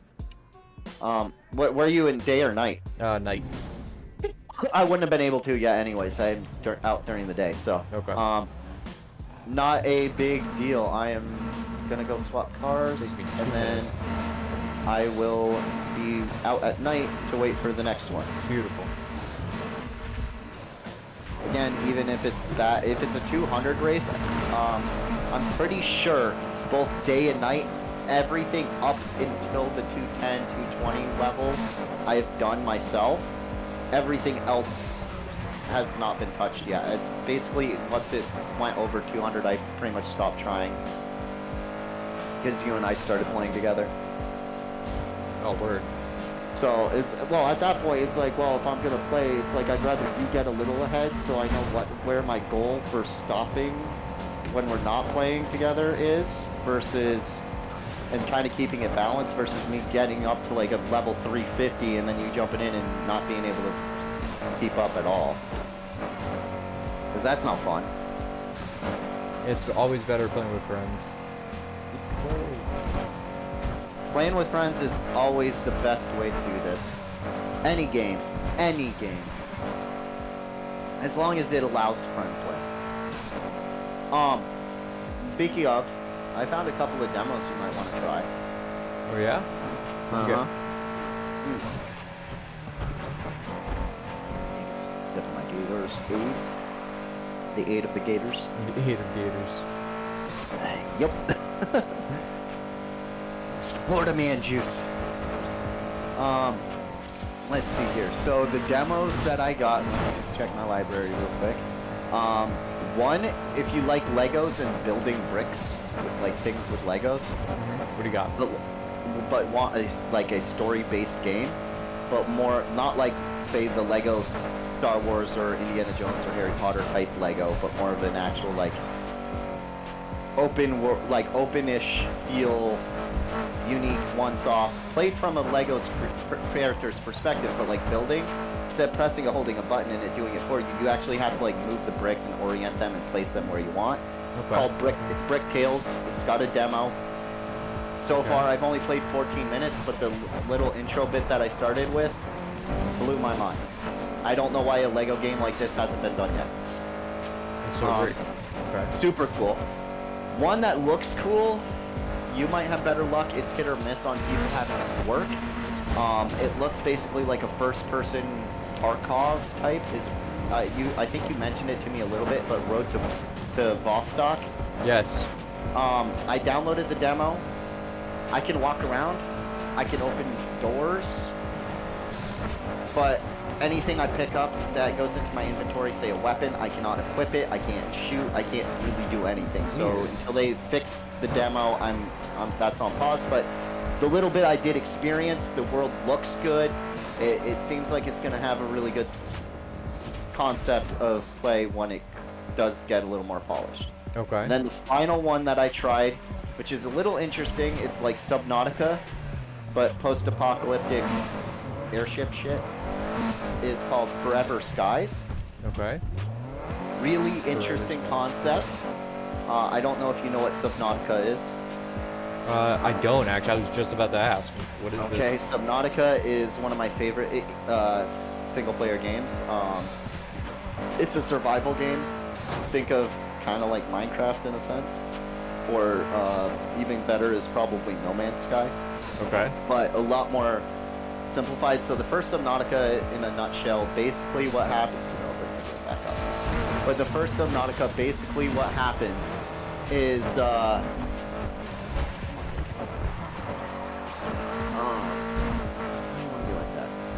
okay, there we go.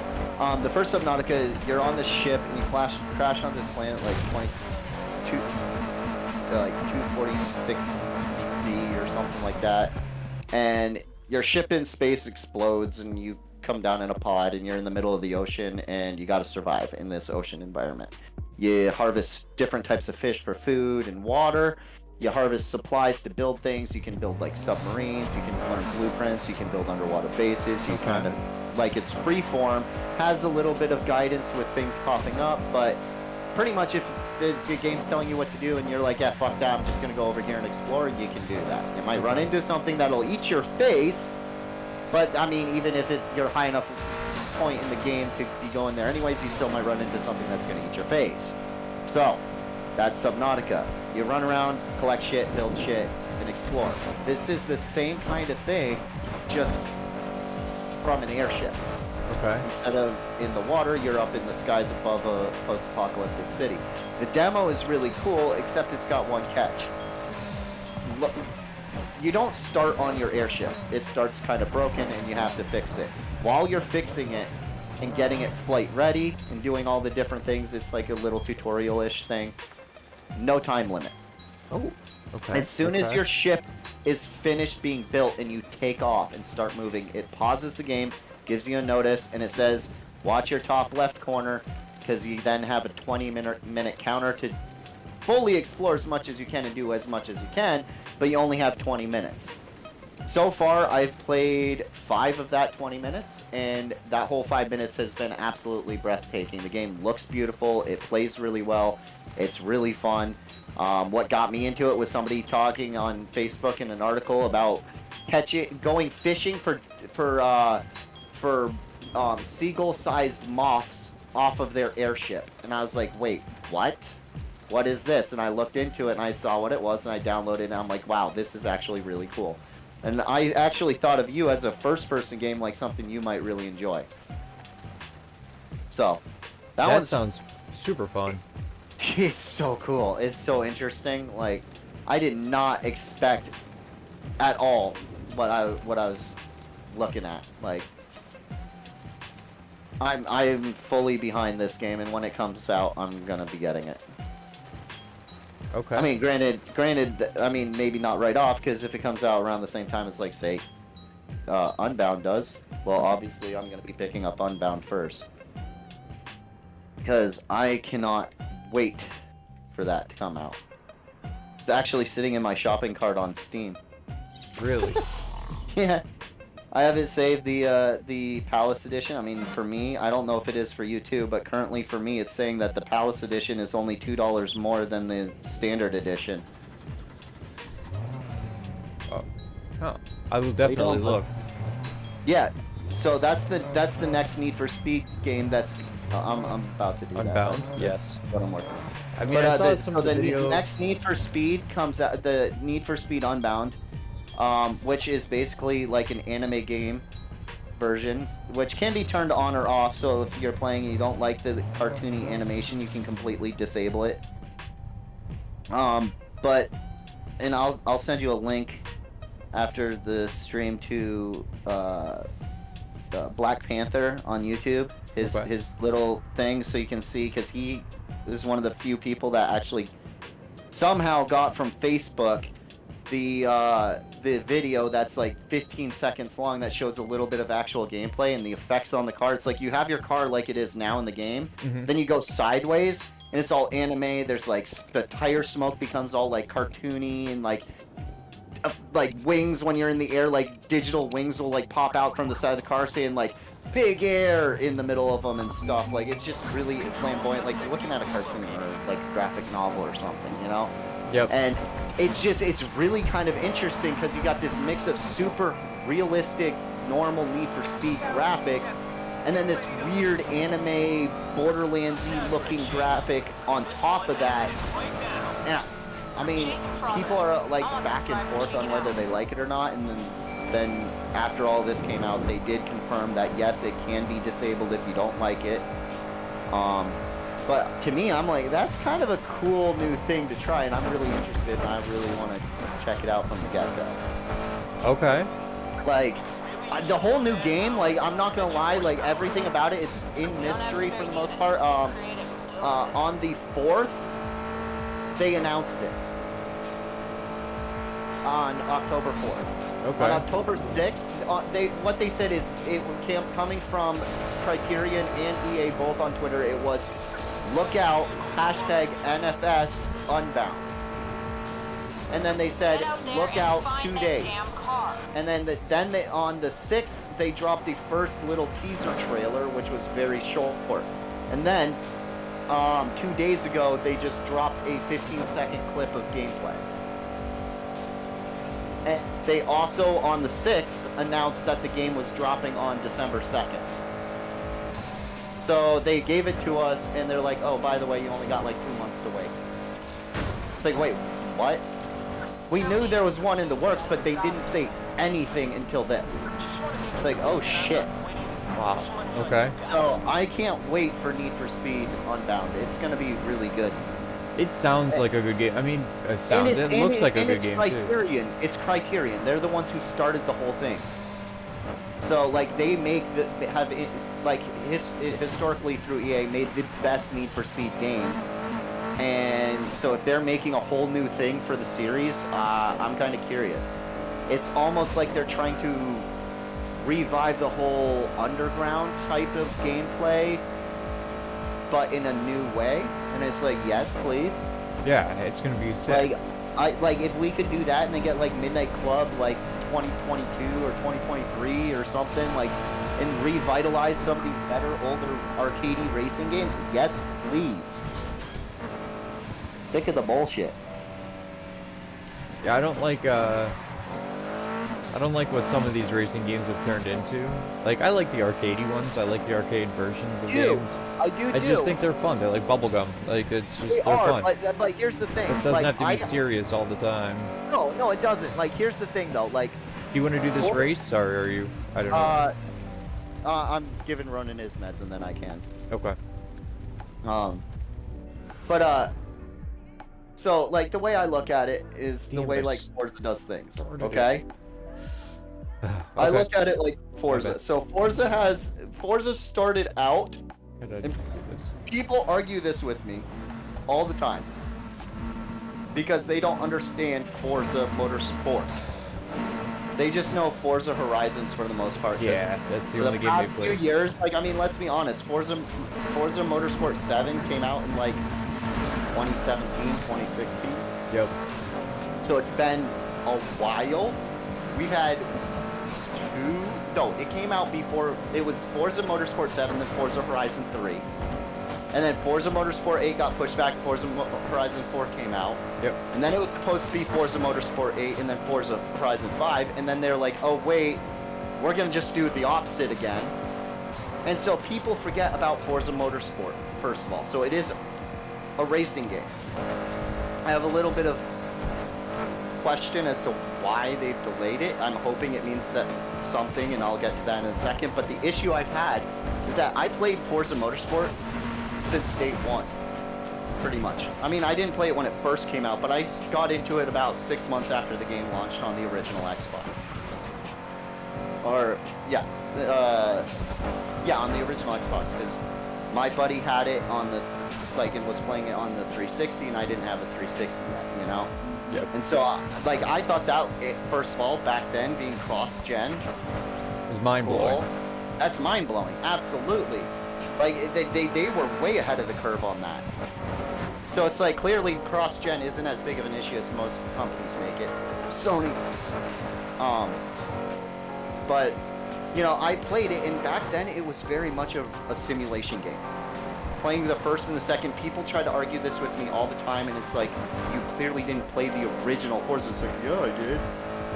I played like, I started when like Horizon 1 came out, and played like all the like Forzas from there too, and it's like, well, that's well That's the after. problem. Forza 1 and 2 were super simulation. Lay down there. Were super simulation. And then Forza Motorsport 3 got a little less simulation to allow it, like, more people to enjoy the game. Forza Motorsport 4 was about the same, but then Forza Motorsport 5 came out on the Xbox One. Brought a good level of simulation if you had the right settings, but on the easier modes, it was super arcadey, almost like Horizons. And it then continued from there to get more arcadey, and it's like, I'm okay with the arcadey racers, but like, if you're starting as a simulation, it's like, I would, if Gran Turismo got arcadey, I'd want to shoot everyone that developed that version. Yeah, you'd be like, what the hell? Right, and so it's like, I hate that Forza has kind of, on the motorsport side, gone that way, and I'm hoping that these delays mean they're actually taking a step back and going to a more realistic standpoint, and that the reason it's getting delayed is to get actual in-world statistics and research done on cars, get the right data to make the cars as accurate as possible, get the tracks as accurate as possible, the conditions as accurate as possible, you know. Say you've been out on the track for 45 minutes in an endurance race, your tires are nice and hot, it starts getting rainy, you know, and your tires aren't gripping, you know, you want the track to reflect that. You don't want it to just be like, oh, a puddle sends you out. No, you want the little bit of dew that's starting to build up to cause the car to not grip. So how do you make that happen, right? Yeah. Like, and so that, I'm hoping it's things like that are causing the delay, not just them wanting to push the arcadey open world that everyone likes. And that's just the only reason. You know, that would be really kind of shitty. Yeah, it would make the game as fun or, like, Right. near enjoyable. So, I'm hoping that they go back, but it's like, I totally agree. I love my arcadey racers like this, and I mean, my all-time favorite racing game growing up was Midnight Club 3 Dub Edition. I played Midnight Club 2 when it came out, thought it was amazing, but thought it was stupid that they didn't have real cars, and then I heard about Midnight Club 3, followed it, it launched, I got it, and it was all real cars, real parts, real customizations in real cities, and it was mind-blowing. And then Midnight Club LA came out, and the graphics in that game at the time, oh my god. Even when I go back and play it, because I have it, because it's backwards compatible on the Xbox One, when I played on my One, Oh, that's a 240 race. You don't want to do that one. really, like, not bad. It's like Forza Horizon 3 kind of graphics. It feels like it's not shitty at all. Like I can fully enjoy the game, takes nothing away from it. And it's like for a game to be that quality and that style and super arcadey and still be that realistic on look Yeah. and feel to make it fun and feel like you're really driving a car, but it's still like you can push it like you see in the movies. Like shit, man. If that's arcadey, cool. But I don't want it to be like I can like Project Gotham Racing where I can just hold the trigger and not even touch go. the stick and let it grind the wall the whole way around and still get first every race. Yeah. You know, I mean that kind of arcadey. It's like, come on. Speaking of race, do you want to do this one? Yeah, nighttime. Yeah. Oh, wait, one sec. Got to. What was it that I was changing? It was something I was trying to change on this real quick before I brought it out that I didn't care for that much. Did I already do it? I must have already done it because it looks like I dropped it to a 7-speed gearbox instead of an 8-speed. Okay.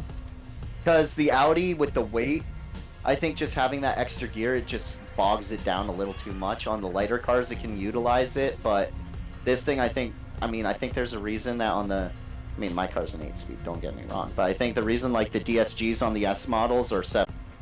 Yeah, Get I away mean, from 8 this? is- Okay, now send it. 8's pretty nuts. Like, 8's pretty nuts.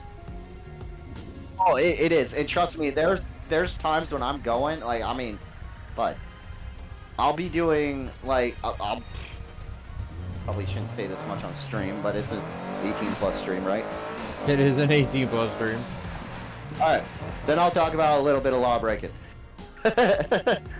Trust me, it's not drugs, just speed, which, I mean, adrenaline, kind of a drug. Anyways, I mean, when I'm going, like, doing a pull at 80 to, like, say, try to get up to, like, a $140 in my car, I mean, by the time I'm hitting a 140, I'm usually either in, like, the, like, high 4s, low 500,000 RPM, or 5,000, not 100 RPMs, or, like, in 8th at low RPMs. Like, and that's at high speed, so it's kind of ridiculous how the 8-speed works in it. Those last like 3 gears in it are just massive. They are. So I could see how in a car like this, because this is an S5, not an A5 in this game, putting a 7-speed, which it being an automatic, it would also have a 7-speed in real life. Mhm. I feel like even the power distribution of the gearing would be a lot better. So it would perform better than an 8-speed. I'm actually holding up with you way better with the 7-speed than I was with the 8. Really?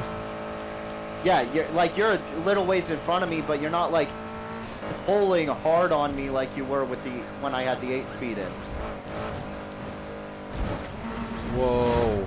Oh my gosh. Until I hit the wall there. Oh, I was getting away too until, oh my god, that cop took himself out. Oh. He went tumbling. That was hilarious. They're not even able to chase. Oh my god. Dude, I am ripping it in this car right now. What Oh is man, going I was on? too until I hit that wall. I Wow. was like, it said I was only like 75 yards from you. I was literally bouncing the distance where, like, you know, when first place where the number pops up and disappears, Yes. that distance, I was literally bouncing it on and off over your car That's the whole wild. way. And then I hit a wall. And now you're just gone. But so are the cops. So I'm in I second was gonna place. say the and car that's just all that like matters. smacked into something. I mean, as long as you're getting first and the cops aren't stopping me from getting second, I don't give a shit. Right? They're not interfering with our moves. All right, let's see where else Did I tell you about the dumb bitch on my way home from What's your car rating, New dude? So I Hampshire don't put us in the last week? 260 on the dot. 260. All right, so we can do these 240 races. Yeah, 260 on the dot. All right. But did I tell you about the dumb bitch in the Subaru Forester on my way home last time from New Hampshire? No. Dude, Okay, so I'm driving along. I stop in West Leb, right? Yep. Yeah. Okay. Get gas. I was gonna get McDonald's. Oh no, not good. Stupid. Oh, really No. not good. Oh, cop. It's Cop on. three of them. I just shut down in an alleyway. Do what you gotta to Oh, get, there's now 4 or 5. Oh no, do this what is you not gotta. good. I gotta back up. I'm I'm out No, of no, here. no, no, no, no, no, not you. Oh. How did I not just get seen? I just tucked in back around. Oh my god. Shut the car off. No, so I was driving. Getting on the interstate from West Leb. Exit 20 right at the bridge there coming into Vermont. Find that car. And I'm going like 80-ish in the right lane. And I see this really nice Genesis in front of me. And he's going a little slower than I am, so I put my blinker on. I get next to him as I'm going past. I see it's a young kid, so I give it a little rap as I go past, you know? Just kind of showing off. See a nice Genesis. Like, fuck it. Well, like less than a mile later, I notice he's pulling up on me, and there's not a whole lot. So I'm just like, fuck it, I start going. Well, from there to exit 8 in Vermont. Exit 9 in Vermont. He and I were just playing the whole way. There was not a point where we weren't going less than 120, except for like a 2-mile stretch of construction. Like, literally doing pulls, and I'd get to like 145 and just let off because he couldn't keep up. Okay? Well, we get to this one straight, and there's like a car in the right lane, a ways up, and then there's a car closer to me, about half that distance in the left lane, and no one else. This dude's behind me, it opens up, it's a nice long straight, so I say fuck it and I send it. I get up, I'm going like 145. This woman in front, I gave her a couple of flashes with my blinkers to like get her to move over. She doesn't, plenty of room. Like probably a good 10 car lengths from her, I put my blinker on and I merge over to the right lane. There's no one other than this other car, plenty of room to get past and move back over. I get up to her, and I shit you not, less than half a car length from her, she swerves violently in front of me. And then 2/3 of her car's way into the lane, she decides to flick her blinker on. I had to swerve and slam the brakes not to hit her, right? Going 145. Right. And luckily the dude in the Genesis saw what was going on, and he backed off and got in the other lane. I was able to whip it around into the other lane, and I'm going so fast that I'm already overtaking her, even still on the brakes. And I look over and I see her laughing with this shit-eating grin on her face, and I just about lost it, dude. I'm like, you clearly saw me coming and intentionally cut me off like that at that speed. You are a fucking monster. Yeah. Like, that is more reckless than how fast I was going. Clearly, with how I reacted and was able to recover, I was more in control of my car than you were of yours.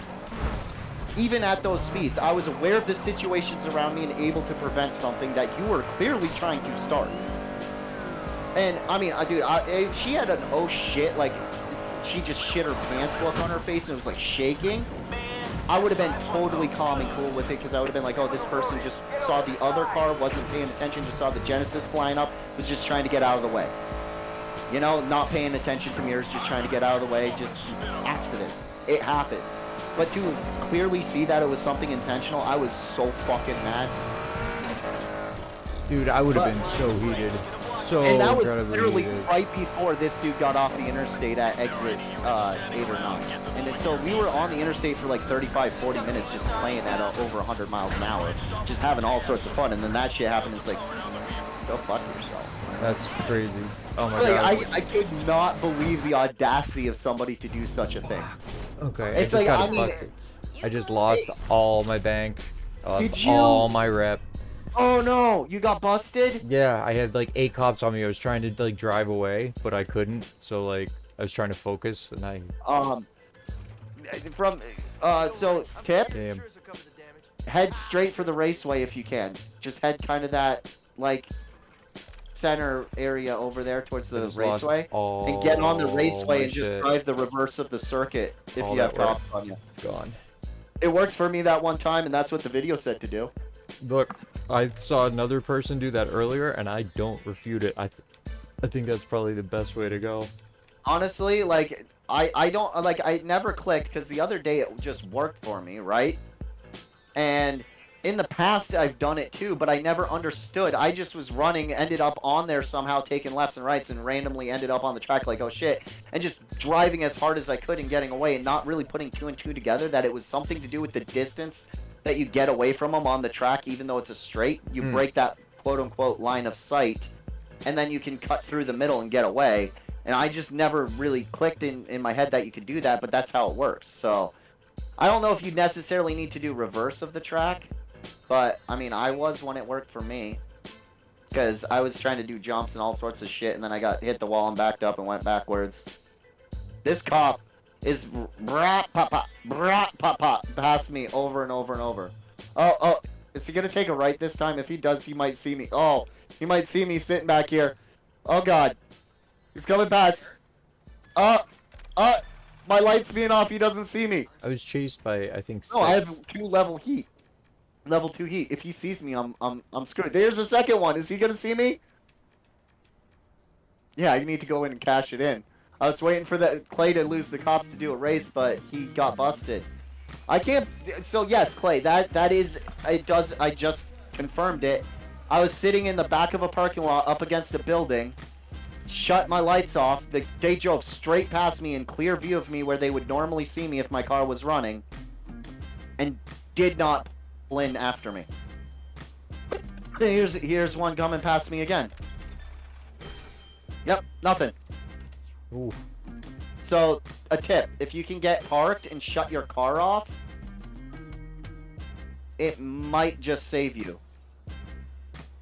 Those 2 cops are going to make it a bit of a problem for me right now, so I got to give it a second. Oh, that one turned around, but this one's still going that way.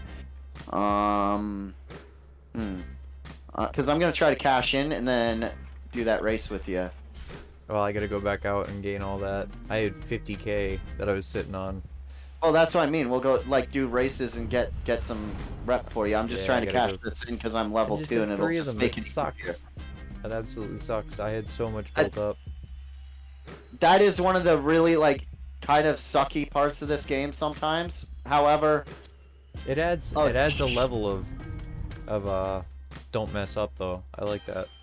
It does. It does absolutely add, and it like makes you work on like really finely learning the control of your car. So like you just don't make mistakes when you're running from them.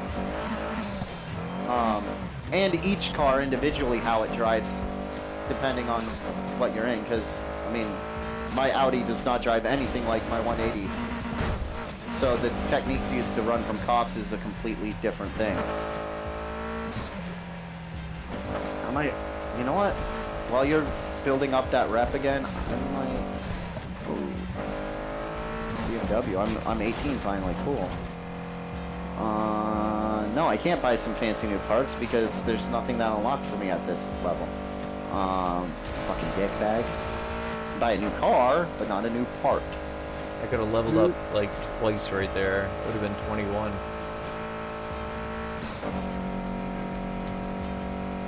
Sorry, gotta go get more. Yeah, Gotta I'm do 'em about again. to go out at daytime and try to win a couple of bucks. Alright, I'm gonna try to do this nighttime one so I can just get all this rep. Yeah, that's not a bad idea. I mean, because what I might do is play and try to get to like level 25 between tonight and the next time we play, or like up to 30. Get my F1.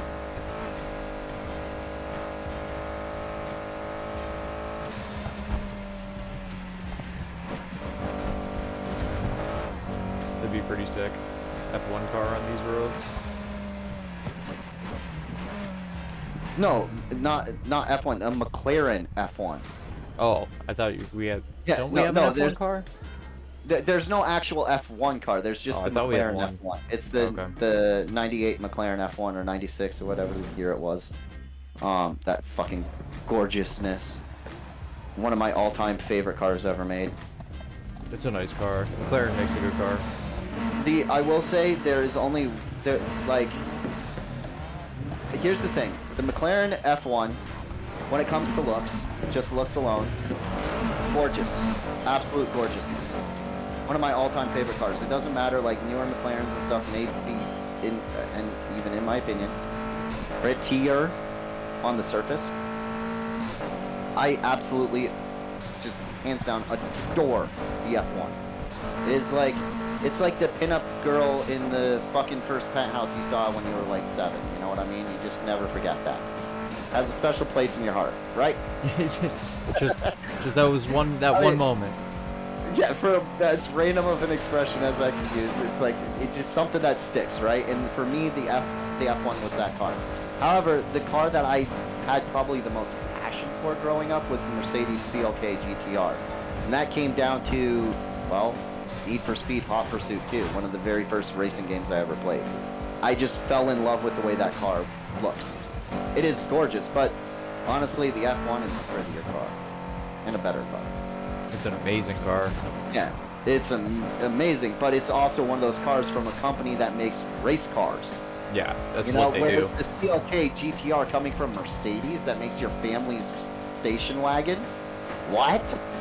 You know, when you're like 12 and you see that shit for the first time, you're like, wait a second, Mercedes makes shit like that? What? Mercedes is my favorite non-boutique car. They are pretty hands damn down. good. I like the C63s.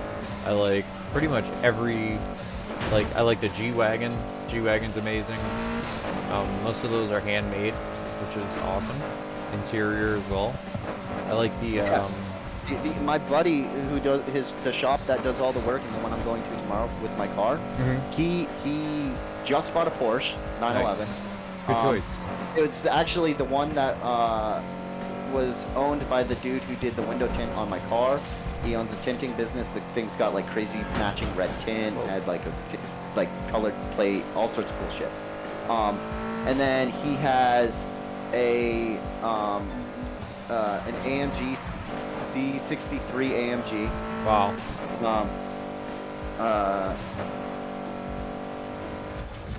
And then he has a 2004 Audi S4 Stage 2. Not yet. And then he's got I don't know if he still does or if it was a temporary thing, but for a while there he had a Mercedes G-Wagon. And then what else does he got? Oh, he's got a old Subaru Brat, really old. Ah, Brat. Then he's got a completely tricked out Fiero. And then something else. I can't remember what the other thing is. Dude, he's got a bunch of cars that are sick. What, the Cool. Fiero? I don't know if Got he a has the Fiero. He was the Porsche he got to sell, and then he had the Fiero for sale. And I think the G-Wagon was a flip too. That was a damaged one that he fixed. But still, like, I mean, there's a reason I take my Audi there. And to let you know, this guy's shop is literally a street corner, like, garage shop. Not like your high-end, like special built, like, performance tuner shop. Okay. And he's done most of the work on my car. The only thing he didn't do was the turbo install or the tune. Okay. Or the intercooler, because the intercooler I purchased with the turbo and had it put on at the same time. But aside the when I've gotten the car tuned, and the downpipe, the high flow pat, actually, technically, they put that on when I tuned the car the first time, and then I had them put the intercooler on when I got the turbo work and the tune done, because obviously there's no point in doing all that work and then needing the intercooler and then just limping it to this shop to have somebody else that I prefer to go to do it. It's like, well, it's all apart, just do it. Front end's all apart already, just...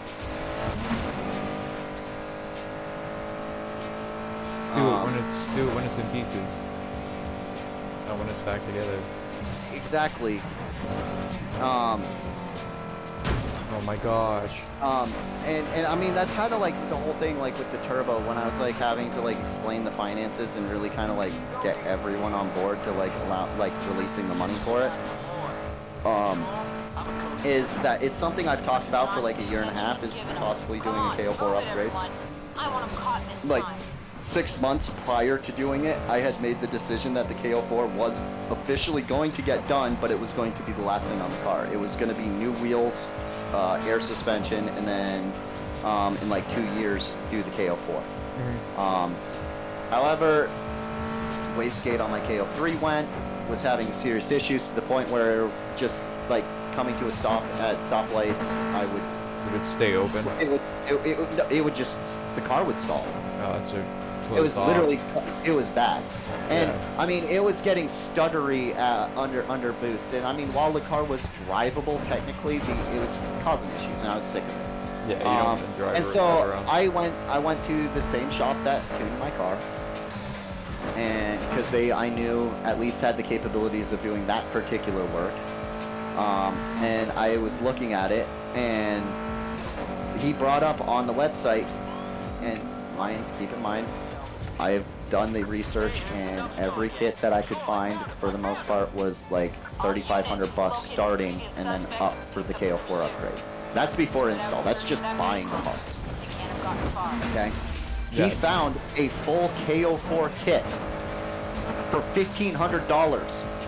That was a CTS turbo kit, and CTS turbos, while having a CTS turbo like branding on it, if you look at the make plate, it is a Borg Warner KO4. They Oh, all wow. are. What? So you're getting a Borg Warner for $1,500 plus all the piping. No shit. Okay. All of this said and done, that is putting that less than a KO3, because KO3s were like $2,500 brand new, and I wasn't gonna get a used one. Okay, especially with how I drive the car and with it being tuned, I want quality, so I don't want to take the chance on a used part. No, you want brand new. So I want brand new, and this KO4 kit, I literally, with the upgraded tune for $150, the KO4 kit, the intercooler, and install and labor and taxes, it came to like $38.90 or $3,900. It was under $4 Not bad. grand for the Not bad. upgrade, and it's like, okay, so I was gonna pay $3,500 without the intercooler Just for the part. and upgrade and tune. All said and done. No, he did the math. All said and done, taxes, everything out the door. It was like $3,500 to do the KO3 and keep it where it was, or it was like $3,900 to do the KO4. I'm like, just spend the extra. And my mom's like, well, why don't you wait? And blah blah blah. I made the point to her. I was like, if I wait, okay, and I spend $3,500 to do this stuff that's already on there, and then in 2 years go and spend $4,000 to do the KO4, I'm spending twice as much money in the long run as just doing the KO4 now. And the KO4 is a nasty upgrade for a car. And dude, nasty. I went from 270 horsepower, 265, 270 to 340, Yeah. just with a small tune and a turbo. What? Yeah. It's a crazy upgrade. Yeah, I mean, I thought the car was all right when it was KO3 and stage 2. It was Yeah, decent. It was KO4 is definitely what you better. want for But like honestly, that motor type. a 45 horsepower increase, 50 horsepower increase from stock on the stage 2. Stage 2 only 50 horsepower, but I'm 120 horsepower over stock now. Yeah. I mean, it took a lot of work and money, and I mean, obviously for 15 grand, if I had like, you know, a Honda, I'd be making like 500 horsepower. But, I mean, I retain luxury and comfort while driving too. Yeah. Oh. And you have a Quattro system, right?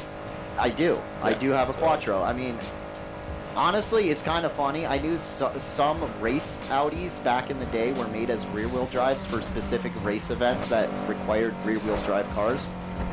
Here in America for some of the like V8 GT races. Yes. And you get a bunch of They get had weird some power that were all-wheel transition. drive. There were some that were rear-wheel drive. There were some that were V8s. There was weird combinations back then. Not common today.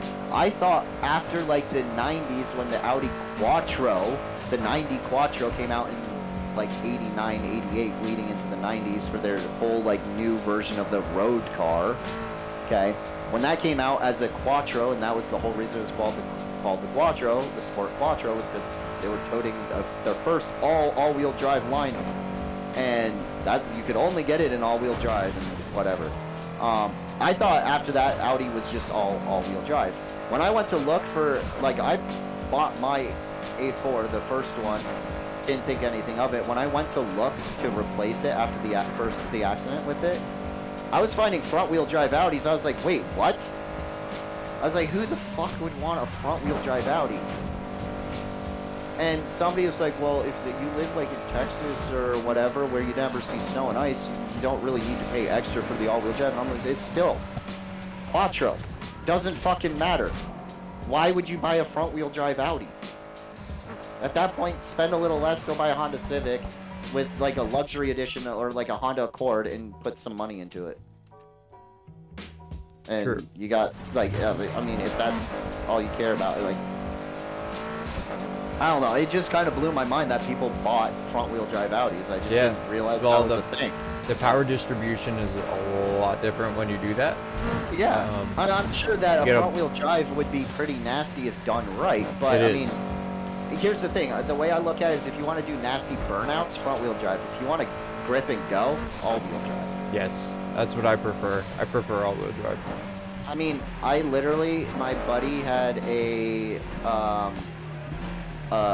and I mean big, I don't remember the specs, but he had a bigger than a KO4 turboed, Beetle, or no, not Beetle, GTI, sorry. Damn. Didn't mean to say Beetle, his wife has a Beetle. It's the dude with the snowmobile bullshit, but from line and from a roll, get out of here. I would smoke him for the first 2 gears. All he's doing is sitting there ripping through his tires, burning them up. You just cannot put him down for the life of him because it's front-wheel drive, all that power. He's making like 400 horsepower, and it's like he's so light on the front end that it's just spinning. And it's like, I don't care how fast your car technically could be, if you don't know how to launch it without breaking free, it's not going to do you any good. No, you need to be able You know? to, that's why control is king. Like, top speed is cool. It's definitely cool, especially if you have like a muscle I have 2 car. modes. I have like extreme sport when I shut, like in the way it's the tune. I have like extreme sport where it like opens everything up in the tune. And that's by completely disabling my traction control. Yes. Or I can do sport traction control where you just push it. So, like, you have to push and hold it to turn it completely off, but you can just push it and it turns it off. But it says traction control sport. And that's technically sport mode. And then I went with that. I always drive it in quote-unquote manual mode with the Tiptronic. But if I do that and then bump it into sport mode, then put it in manual mode, it's like a completely different animal. If I completely disable it, it's insane. And, I mean, I have definitely lost races because I had it completely disabled, and while I get way more power, it just does not grip as good. You can tell it just doesn't bite as hard at start. Even if it's not spinning the tires, it's just not as good. Yeah. Sport mode, it just goes, and it's like, if you don't have all that shit because it's a 2001 GTI that you've stripped everything out of to make it as light as possible, if you don't know how to do it yourself with your feet and everything, then you're not going to win, even if you got 100-something horsepower, 200 horsepower more than me. No. I mean, you'll win, but not for the first 2 gears off the line. You're not going to get the jump on me. You'll pull me in the end. Like, if we're doing an eighth or even a quarter mile races, you're going to pull on me. Once you get it, like, from first or second into third and fourth, you're going to start gripping and go. Now, I'm not going to stand a chance, but till then, buddy, see ya. Sayonara. I mean, now with the KO4, it's a whole different story. I was gonna say, now you have a... I mean, there are times sizable where upgrade. with the KO4, though, that I'm like going, I'm like, huh, this seems a little less go-y than the KO3 did on the Stage 2 tune, but that comes down to the tune. I had 336 or 46 foot-pounds of torque with 265 to 270 horsepower on Stage 2. Yeah. And I'm now 340 horsepower with about 306 to 310 foot-pounds of torque. Big difference. Big difference, and that drop of like 40 foot-pounds of torque will make a massive difference in feel at speed. But at the same time, I think that comes down to that I have the 8-speed Tiptronic, not a DSG, and since you can't tune the Tiptronic, they don't make one for it. I think it's a timing thing, and they don't want you destroying it.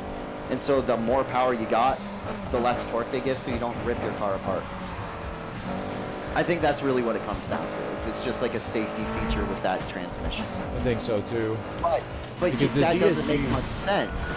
Because I did research into it, and I was like, what's better, DSG, Tiptronic? Because I kept hearing debates online. People like, I love my Tiptronic. Oh, DSG's better. No, it's not, blah, blah. I looked into it, and it comes down to one thing. The Tiptronic that I have, the 8-speed, can handle a lot more power than a DSG. Yes, it can. It can The handle more DSG power. is a great motor, and it has Or transmission. or transmission. The DSG, Sorry, two-stage gearbox. Or yeah, it has it's great, but the DSG is weaker But it's as limited. far as power like handling goes. But its ability to shift under higher powers is better. yeah. They and put the that's why DSG in the first MK1s for They were nasty. yeah. Those things If were great. if you had them and kept them in good condition and didn't beat on them wrong, they would last forever and they were monsters. However, they like once you got above a certain horsepower, they didn't handle. And that's the weird thing is the Tiptronic handles it. It just doesn't have as fast or as smooth of a shift, and so Sure. there's no way to really tune it to go faster. And so it just causes this weird issue, I think, with torque and horsepower on the high end, that they just don't want you, like once you go above 300 horsepower, they start bringing the torque down so you don't destroy it. I don't know. I don't know how that works. Very true. Because all I know is that that the tune that I have for my car, you can put on pretty much any car. But like if I had a manual version, they make a TCU tune. If I had a DSG, they make a TCU tune. But with the Tiptronic, they don't. Interesting. So, yeah. And I'm not 100% sure why it's that way with the Audi. Because like I've had people ask me, I'm like, oh blah blah blah. And they're like, have you tuned the transmission yet? And it's stage 3, stage 2, and plus stage 3. It's like, nah. And they're like, why? It's like, because I can't. Like if I could, I would. Yeah, Would have right? done it a while ago, but I can't. I can't. Yeah, I like it's just there's no options at all, and like they looked into it, but didn't get an answer. Interesting. 1 sec, I'll be right back, bud. Yes, I'm outrunning 6 cops. Yeah, go for it. Yeah, I'll let you be.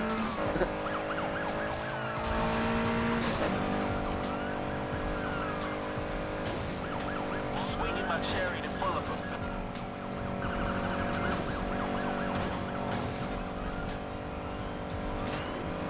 So many people that's left. Send out any spare units you can. Backup's on its way.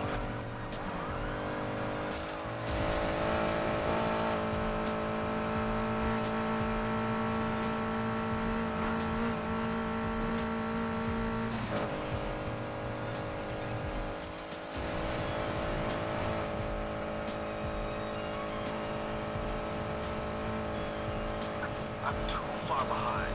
Gotta turn this chase over to the rest of the squad.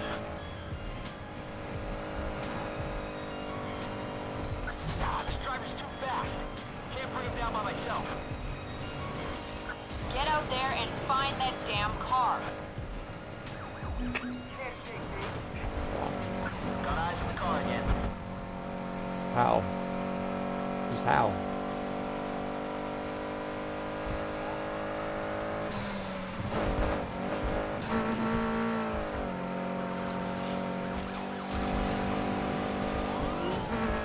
Their car is gonna be a smoking wreck when I'm through with them.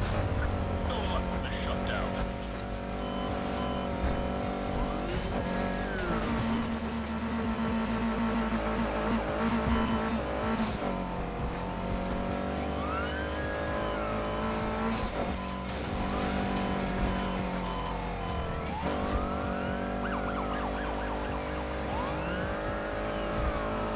Upgrades have arrived. Let's see if this can put a stop to them. 4. I only see 2.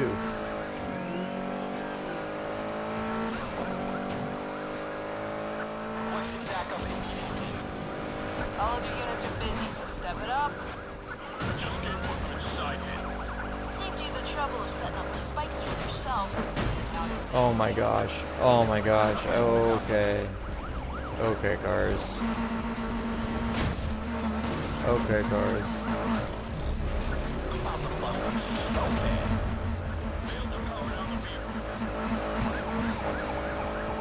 Alright, a little bit cheap. Sorry guys, but that's a lot of it cheap. That's really, really cheap. Yeah, these cop cars take no damage. Meanwhile, I take all the damage. And they can mystically keep up with me and do all this crazy damage to me, but I can't do anything. Nothing. Nothing I can do. Nothing.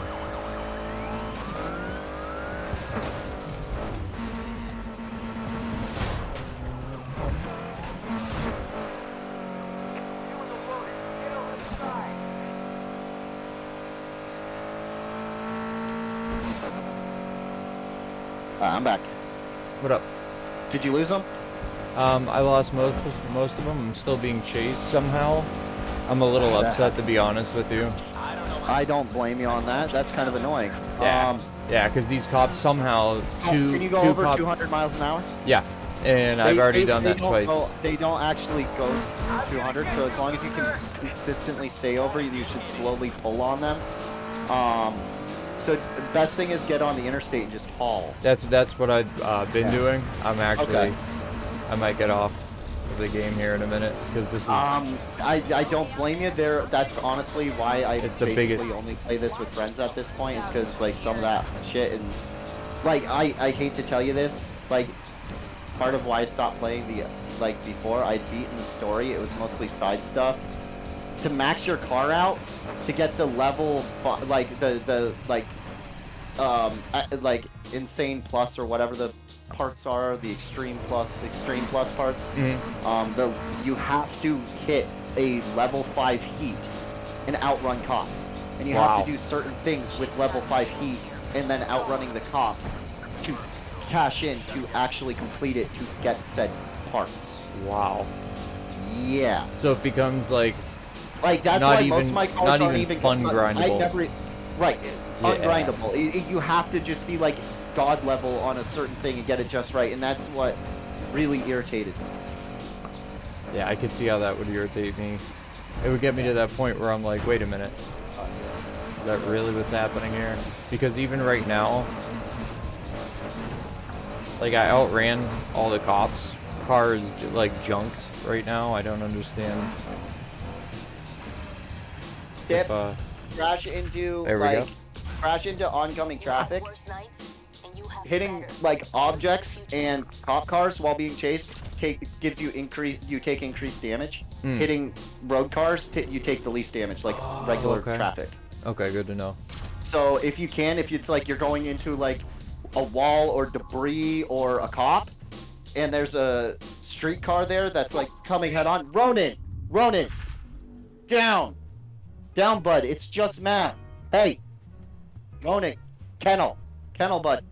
Kennel. One sec. Yes, sir. I just got the okay to sell you I some did. parts. I did Making have a friends great in the night. How right about you? places. Yes, sir. I did.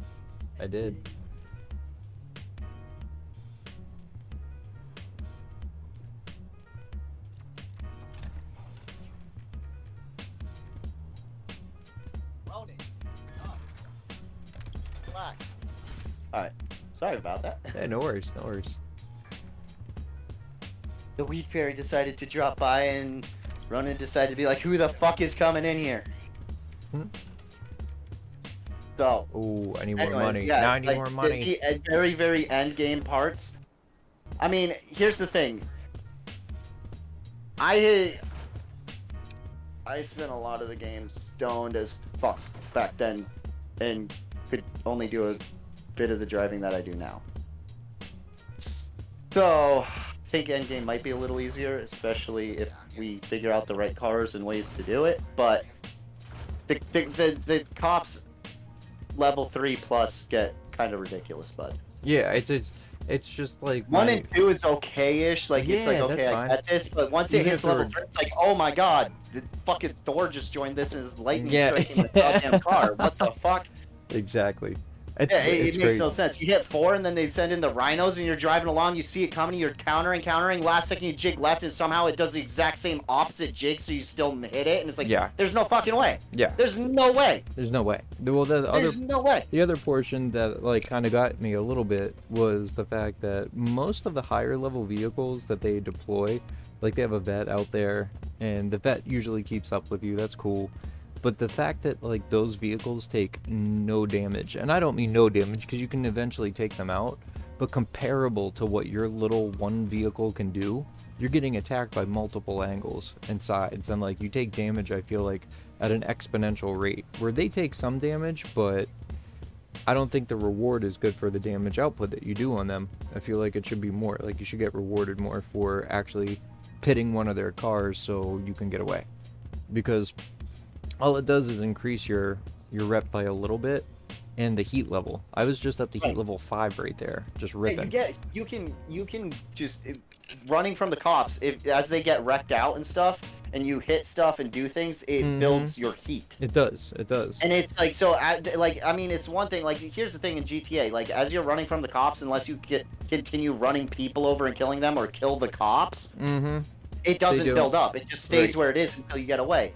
This, it continuously builds, and that is, again, one of the issues I had. It's like, come on, it shouldn't build like that. Yeah. And if it's going to, a lot slower. Yeah. Because It scales very oddly. I'll get Heat 2, come out of a race, barely be Heat 2, and within 5 minutes of being chased, I'm like Heat 4. And it's like, there's no way I'm that high already.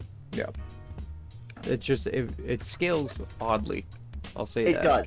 But again, I think that comes down to the lack of post-game support. Yeah, I think that if the studio had been open, that's something that would have been tweaked, because the cops, I will tell you now, are a million times better than when the game first launched. And they were constantly tweaking them up until the day they got shut down. So I think it's just the lack of support that leads to some of these frustrations. And I do think that the way they were listening to the community, that if they were still open, it would be a much more polished and better feeling game, especially for nighttime. Daytime side, great. Yes. One of the best, like, open world street, quote unquote, event racing games like this. Better than The Crew, in my opinion, the way that it plays. Though The Crew had much more open world, which was great. Yeah, I like the bigger world. I like the world a little bit better in The Crew, just because it took just for forever to get from one. Yeah, to get from one coast to the next, it was just like. It's an adventure. Well, here's the thing, and this is what I don't like about The Crew 2. The Crew 2 is pretty. Very pretty. But once you get out of the cities, it's very empty. The Crew 1 had a lot more to do outside the cities, first. And second, The Crew 2, driving from New York City to LA doing the Cannonball Run, is about 40-45 minutes. The Crew 1 was 2 to 2.5 hours, depending on the car you drove. So if you wanted to take like 2 hours and drive across the country with your buddies and just have a grand old time, you could totally do that. Whereas, like, I mean, you're just barely getting into the vibe when you get there in The Crew 2. The only downside I felt, well, there were a couple downsides to The Crew 1. There were a few. There were a few. I mean, for what it was when it first came out, phenomenal. But there were a couple of downsides. Yeah, there were a couple of things that were just like, this could be a lot better. AI. But that's with every game. I feel like AI was so. AI was wonky. Yeah, it was wonky. Robotic. It did not have an organic feel when you're driving against them. It was like they were like a '98 Sega racing game. Yeah, pretty much. And then the character design and like story arc was not the best. It was decent in the first one. Being that Alex, whoever you were, dude, trying to get revenge for his brother was kind of a cool story. But it was so convoluted and washed out that you just couldn't follow it. It got boring. The side characters were... I can't tell you anything about any of them. I don't remember this one. I remember the side characters like Riviera or whatever, the chick that gets her 370Z impounded. Like, I remember her whole story. I remember her buddy's or brother's story who has the garage. Like, they're characters you remember. I remember the story from the Need for Speed 2015 release. Like, having the crew, the punky little kid who, like, recruits you, doesn't like you at first, and brings you into the crew, and you got, like, the big black dude who's, like super Rasta, and, like, you got the punk chick, and like it was a great story that like had like people from all walks of life. Like I remember it. It gave me something to remember for the story. They built on it well. I can't tell you anything really other than the little bit I did just now about the Crew 1. I can't tell you anything about what it's about. The Crew 2, at least I can tell you, you're in an open world contest like the Horizon Festival for Forza and making your own way with different events. That's more of a story than the first one had that I can follow. So, they gave it a good effort, but I think they bit off more than they could chew on the first one. But, you know, I mean, I played it for like 4 or 5 years. I just got the Crew 2 finally a few months ago. Like when it went on sale for the anniversary, the 4-year anniversary or whatever. Yes. Of Crew 1. I actually wanted to pick up the Crew 2 just to see how it played. Honestly, it's pretty fun. I would say the driving physics are about the same as the first one. Not really too much improved upon, but I mean, you get way more variety of vehicles. You got boats and planes and buggies and trucks and cars and dirt bikes and street bikes, and I mean, it's pretty cool. It is cool. And I'm not gonna lie, doing some crazy low-level stunts through the valleys and the mountains, going really high altitude, doing a big old barrel roll and switching to your car at like 15,000 feet and dropping to the road and peeling off is pretty awesome. That is pretty cool. Or like when you take a huge jump in your car and you switch to your boat and land in a river and just take off, like that shit's kind of cool. That's pretty cool too. Yeah, like I mean, there's some good elements. There's some good elements. The Crew 2, I would say, while the Crew 1 in some ways was a little better, the Crew 2 overall is a better game. I could see that. And if you like the first one, I would say maybe not full price, but when it goes on sale, pick it up.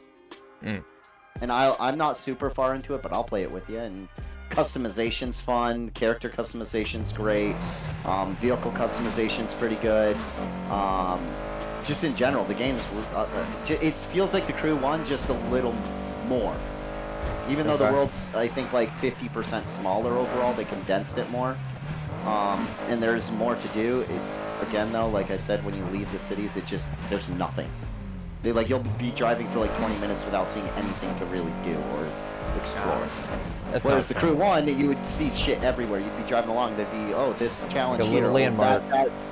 Landmark here, picture spot there, car over here to look at, pick photo shot here, speed trap here, drift zone there, whatever, all the way along. And this one you get some of that, but it's a lot less. And I mean, I will say on the Crew 1, it felt a little too cluttered with like the speed traps and all of that on the roads, and like the like slaloms that would pop up, and it would try to like divert you, and it would remove your main radar point, and so you end up like 2 miles off course and have to backtrack. That shit was kind of annoying sometimes. And having less of that between point A and point B is nice, but it's almost like there's too little of it now. No, I think this is drift. Oh, I don't have a drift vehicle. Is it the first ever drift event when they like bring you through it, or have you already done that? I've done this one before. No, this is one of those like super tight turn, like apex turn. It's one of the drift zones. Yes. Okay. Well, is it a race that you picked, or is it just like the open world ones? Because if it's the open world one, you can just drive off. No, it's one of the actual races. I just gotta. Oh, okay. Yep. Yeah. Yep. I'm gonna cut through it. I've done this one before. I shouldn't have sold it, but I wanted to get see if I could get something more. But the S14 I had only had a couple of upgrades. It was, I told you, it was a level 147, right? Yeah. Okay, it was a 147. It started as a 127. I put like a spicy tune, some drift tires, and like an intercooler on it. Okay, that's all it had. Okay. And I was beating level 240 drift races with it by 50% extra points. Jeez. Or more. Like the last one that I did with it was I needed 90,000 points in the drift zone over 3 laps. Coming across the finish line, I had 166,000 points. Jeez. It's like, yeah, okay, I What almost are you doubled doing? my points there. Yeah, for real. Like on a way underclassed car. So I will tell you, if you're doing drift events solo, just do yourself a favor and build an S15, the Sylvia, the cheap one, the first one you can grab, the little yellow one there. Yeah, like, my God, does that thing drift like a boss? Okay. When I make my I- drift machine, my drift missile, I probably will. Yeah, well, because when I played on the Xbox, I built a second 180 SX because I mean a 180 should be a good drift car. It was Yeah. okay.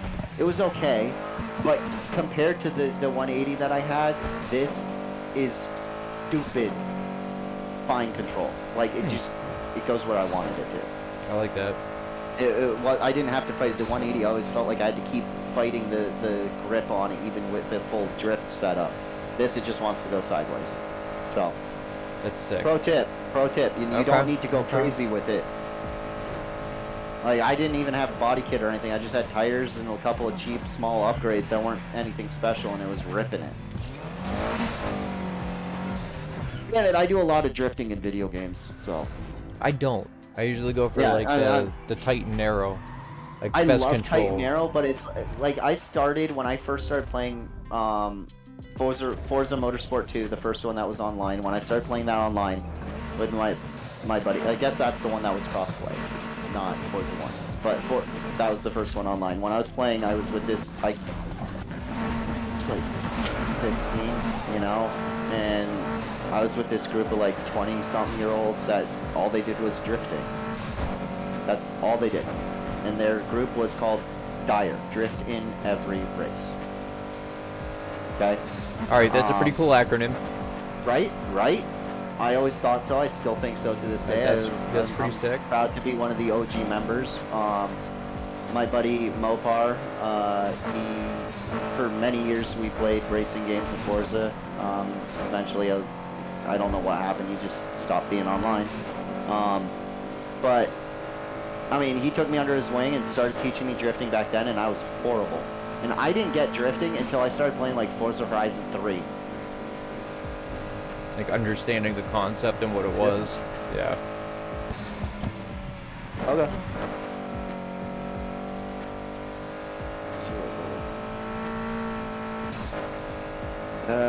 Okay, that's that stuff.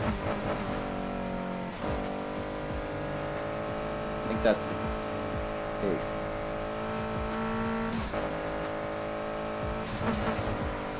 I'm not sure this one's slightly good. That smells good. I might want that one just off the smell.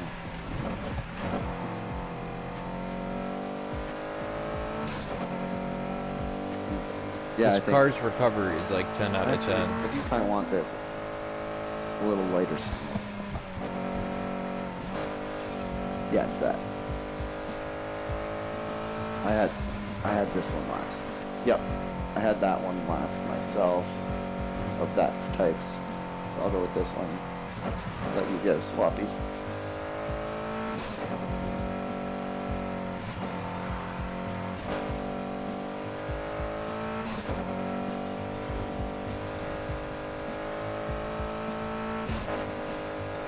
I mean, I'm not surprised I'm smoking them this race, but I'm really eating them for breakfast right now.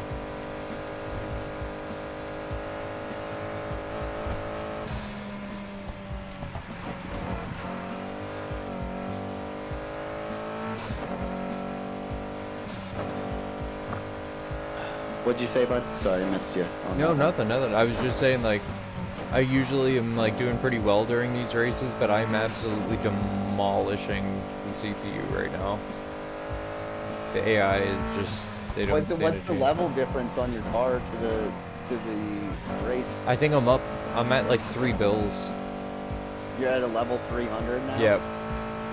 And what is it, like a 220, 240 race? Yeah, it's somewhere in there. Just destroying. But.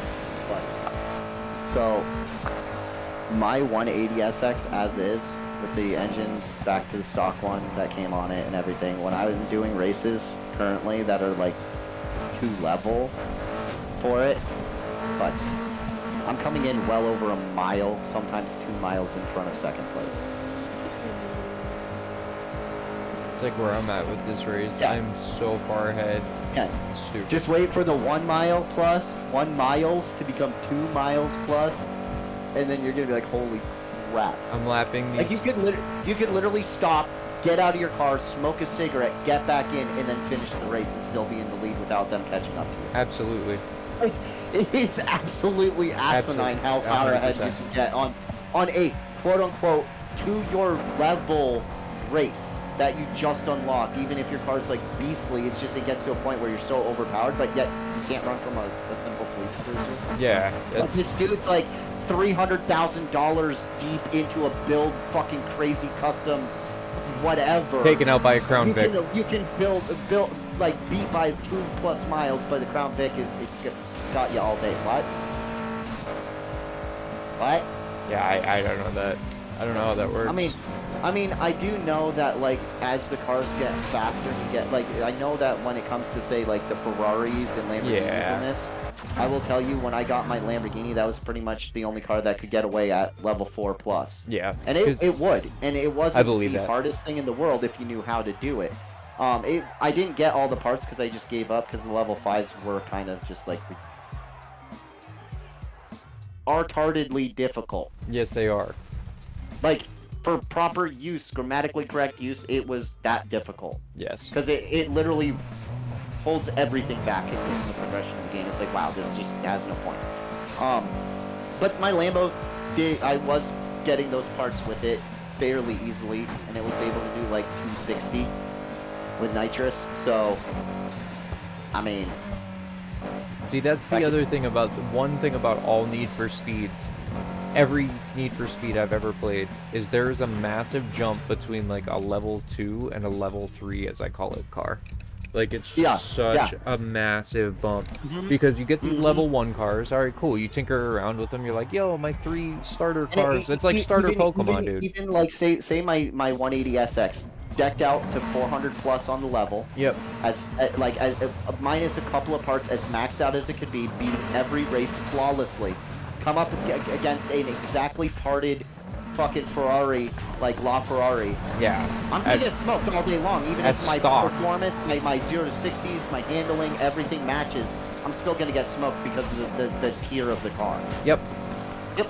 And that's exactly how it works against cops in this too. And so like the reason I was able to outrun those cops and you had trouble literally came down to the fact that I have like literally a $75,000 car that has a little bit more money, quote-unquote, spent on it, so it's slightly higher tier, even if your car is technically faster and better performing than mine, even on the track when we're racing as best as we can against each other, and you beat me every time. Mine, technically, to the cops, is considered the faster, better car. So weird. It's so weird, and that's, like, the thing, is, like, our 180 SXs and stuff, there's no chance at level 3 to run. But, you know, this thing, I get away, no problem. Well, not no problem, but easily enough. And then, you know, level 4, I'd get a nicer car and I can run, and then get a Lamborghini and I can run at level 5. And it's like, well, yeah, that totally makes sense, because a 280 to 320 fucking horsepower heavy-ass Crown Vic is not going to keep up with my, like, 500 horsepower, 1,800 pound 180 SX. No. With nitrous? Yeah, I don't know. Like what? Yeah, I don't know about But, I mean, that's just the scaling of the levels in the game. It's not actually what the performance of the car is, it's what your car's level and tier is compared to the cost. And I think they put a little bit of thought and consideration into what cars level up when. Like, there are some oddballs. Like, the fact that this car can outpace some of the other cars in its class is a little weird. Or the fact that, like, your car, your Lotus of the same price point, but you paid $71,000. I think so. I paid $77,000, so I'd say that's the $70,000 quote-unquote tier. Even if mine's technically a higher level in that tier, like further because it's slightly more, but it's the same level, right? Around, you already have an engine swap and all sorts of parts. I still have another 3 levels before I can even get my first engine swap for my Audi. Yeah. What? How I got my first one at 13 or 12 for my Nissan, but it's going to be 22 or 23 for my S5. Yeah, it's kind of weird. Yeah, but your car, that's only a couple grand less. You got it at like 16 or something like that for it, and it's like that whole I forget different in the car's upgrades. I mean, it's cool because it makes you work for each car individually depending on what level you are. So you have different tiers of buildability as you get there, so to speak, level-wise. But Yep. at the same time, it's like if I can put any of these parts, like if I can engine swap one car, all cars should have the first engine swap unlocked. Around the same time. They should all be at the same level too. So like, if it's all level 13, 15, and 19, then you can kind of prep for it. That's what I mean. So say your first engine unlock for your 180SX is at level 13. All your cars that you purchase should, even if you technically couldn't purchase it because of the levels and unlocks, say you bought like a level 30 fucking Lambo somehow, you should still have your first unlock for it available. You know what I mean? So like say you jump all those levels, you buy it brand new, you have your first unlock.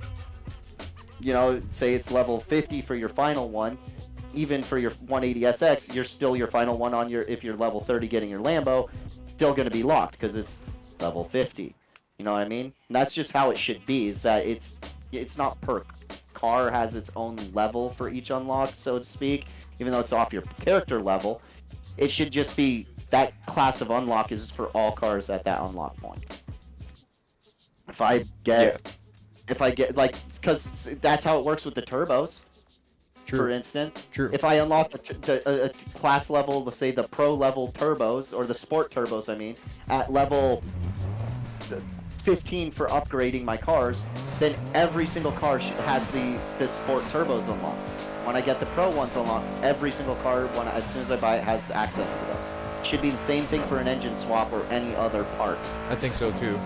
Yeah. And once that is unlocked on one car to be able to do, should be able to do it on all. That's all. But other than that, I don't really have much of an issue with the upgrading on these, but that I do find a little odd. Not that I really have much of an issue, because I'm going to level up anyways. But it could come down to a fact that, like, say, my Audi, for where I'm at level-wise, if I had that ability right now and just ground money to have tons of money, I might be able to make it like a 370-plus level car. And even when I go online, it's now a broken statistic racing competitively because I'm so much higher than other people in my level. Yeah. You know what I mean? So I could see it possibly being purely as a balance thing. That's what I'm thinking.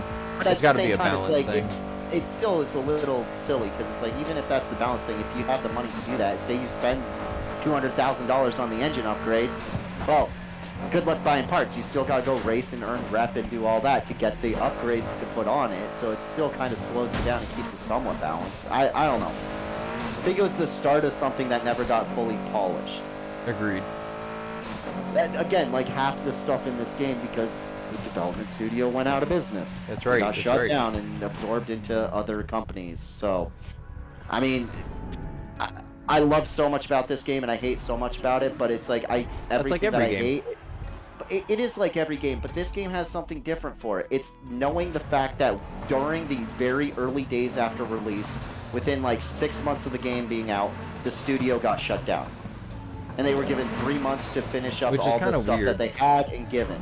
It is weird, but I What did they? Why did they? Why? What happened? What happened? Well, game dropped. Well, I guess it was like the game dropped, and then like, I mean, I guess it was out like a year before they dropped, but it was like in 2018, like when people started getting sick, and there was like, we hadn't gotten like the full blown like COVID outbreaks yet, but like things were starting to get funky, and I think the studio got put on hold during that time, and then like when COVID hit in 2019, basically they just shut it down. Oh. And because, I mean, most of the people were working remotely from home trying to update the game at that point, and then they were just like, fuck this. I think that's really what it came down to, is that it was just really hard for the studio and for EA to pay them in that situation. But at the same time, with knowing that, I give it a free pass on all of these things that I don't like the cops or like the engine like upgrade unlocks or anything like that, because they didn't get a chance to completely finish and polish the game with the updates and the path that they had planned. They were cut short. And, you know, so, I mean, you can only be so critical. Right, exactly. If they were still constantly updating the game and constantly giving new content, and they were like just not doing anything about these things, then I'd be really pissed and just like boycotting it. But you can't do that if there's literally no one in a studio to do the work on it. Yeah. And the rights to do said work do not exist. Because they were offered to Criterion, and Criterion said, "Fuck that, we're just gonna build our own game," and then went silent until like a week ago, 2 weeks ago. When they're like, hey, we got a new NFS coming out. Yeah, like earlier this year they had said that they were in later stages of development, but that was all they said at E3. And then just were like basically kept their mouths shut, and then now we get this release date and like all this info. It's like, holy shit, you guys have been really working on this. Yeah, for real. I mean, granted, this game came out in like 2018-ish. I think it was 2018. I think Payback came out in 17. And then I think this was 18 or 19. It was right around COVID time, and that's why I know that the studio got shut down was mostly due to COVID stuff. But like since then, I mean, it's been kind of iffy whether we were getting another Need for Speed. They just were silent. So I'm glad they decided to. I am too, and I'm honestly like the little bit I've seen, it's a little interesting. It's the visual effects that you can turn on and off. Yep. They look different. It looks different, and I might like it though. It gives me some hesitation because it's like I don't know how I'm gonna feel about it. But the little bits of clips that I've seen, I'm actually kind of like, okay, I actually kind of like this. This is a little different from everything else I've seen, and I'm kind of digging this direction as a new try at something. Even if it fails and ends up being kind of shitty, I am glad that they are trying something new and taking a risk instead of just rehashing old shit and playing it safe like they've done over the years. Like all the remakes of Need for Speed, Hot Pursuit, Need for Speed Most Wanted version 2, and all of that crap. Yeah. You know, Need for Speed Rivals, whatever crap that was, Need for Speed The Run, that shit. Oh my god. Yeah, that was not good. Right, like they've had terrible games, so taking this risk, like in the past it's been bad, but this keeping to their, like this style game that we're playing now, but adding in some new elements, that could be kind of cool. That could be kind of cool. Could be a flop, could be just a total like failure, but at the same time, I'm down to try it out. Speaking of trying it out, this is gonna probably be my last race. Yeah, that was kind of cool in Need for Speed Rivals and stuff, though. Like Charles just said, the one thing they did that really was cool was that if you chose, you could actually go out as a cop and end up like chasing your buddies down and stuff and trying to like bust them. Yes. And I thought that was cool. While the rest of the game itself was kind of terrible and the driving was horrible and like there was no customization really and it was just shitty. But like overall, that whole like cops and robbers gameplay with your buddies online was kind of cool. That was a really unique thing. I do agree with him that it would be cool to see something like that come back where you could pick if you were online to just have, even if you didn't own cop cars, if there was like a multiplayer mode that you could go into and you could pick to be a cop or a robber, so to speak, and it'd be like tag, and you'd have to hide from the cops and be chased by them and whatnot. I don't know, it'd be kind of a fun competitive. That would be fun, because I think ultimately that is a thing that a lot of players liked about that game in particular, was it had a cops and robbers mode. Right, and I mean, if you something about that in Forza Horizon 5, Forza 4, they had some elements to this, like you could get a police siren, like horn, and a light bar that you could turn on and off, but in the new one, you can even like get like full-on like cop liveries and like they're like police SUVs and like Crown Vics and all sorts of like modern police cars and deck them out to look like modern police cars, right? These people do this, and they'll go sit on the interstate online and literally just wait for some idiot like me to just be hauling down the road, and for just shits and giggles, they'll flip their lights on and honk their horn a bunch to give this police siren and chase after you and give it this little chase, and people end up playing tag and trying to run from them and hide and get away if they can, and it becomes this fun little community thing that people just start randomly. And it's like the fact that people want that in a game that's driving, it's like the fact that they gave it to us in a Need for Speed was pretty cool. And I hope that in future games they do bring that feature back. It would be fun. It would be fun.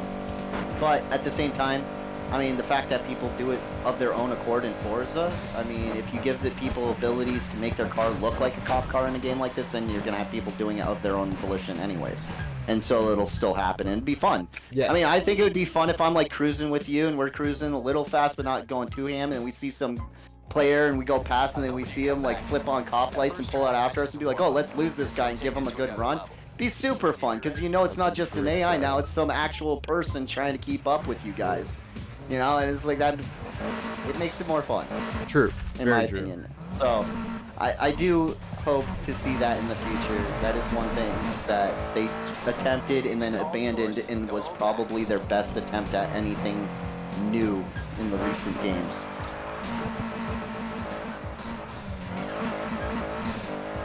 I forgot about this drift trial.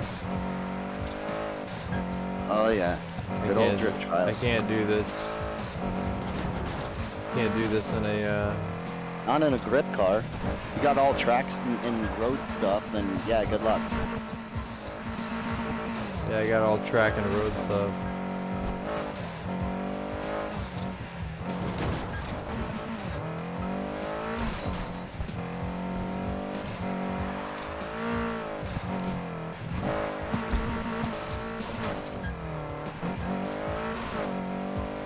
No way I'm getting 65,000 points on this. too soon.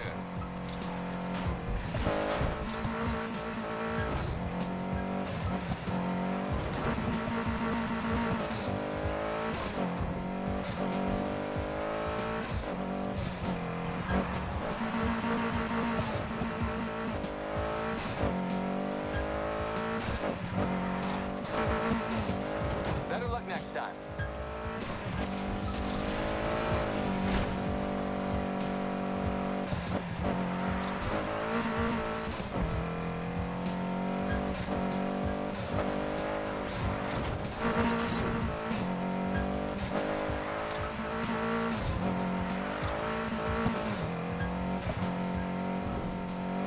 It's allowing me to drift, even though I don't have a drift car.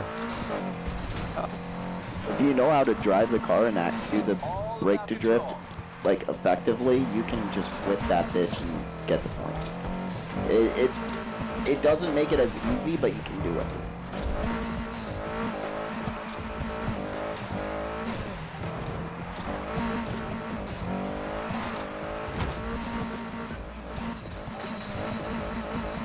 I only got up to 20k so far. Probably should have practiced more before you came back.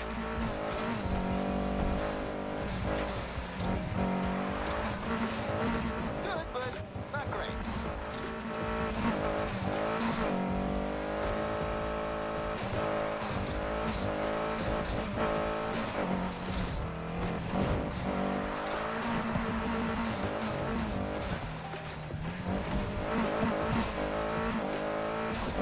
Yeah, I don't think I'm gonna make this.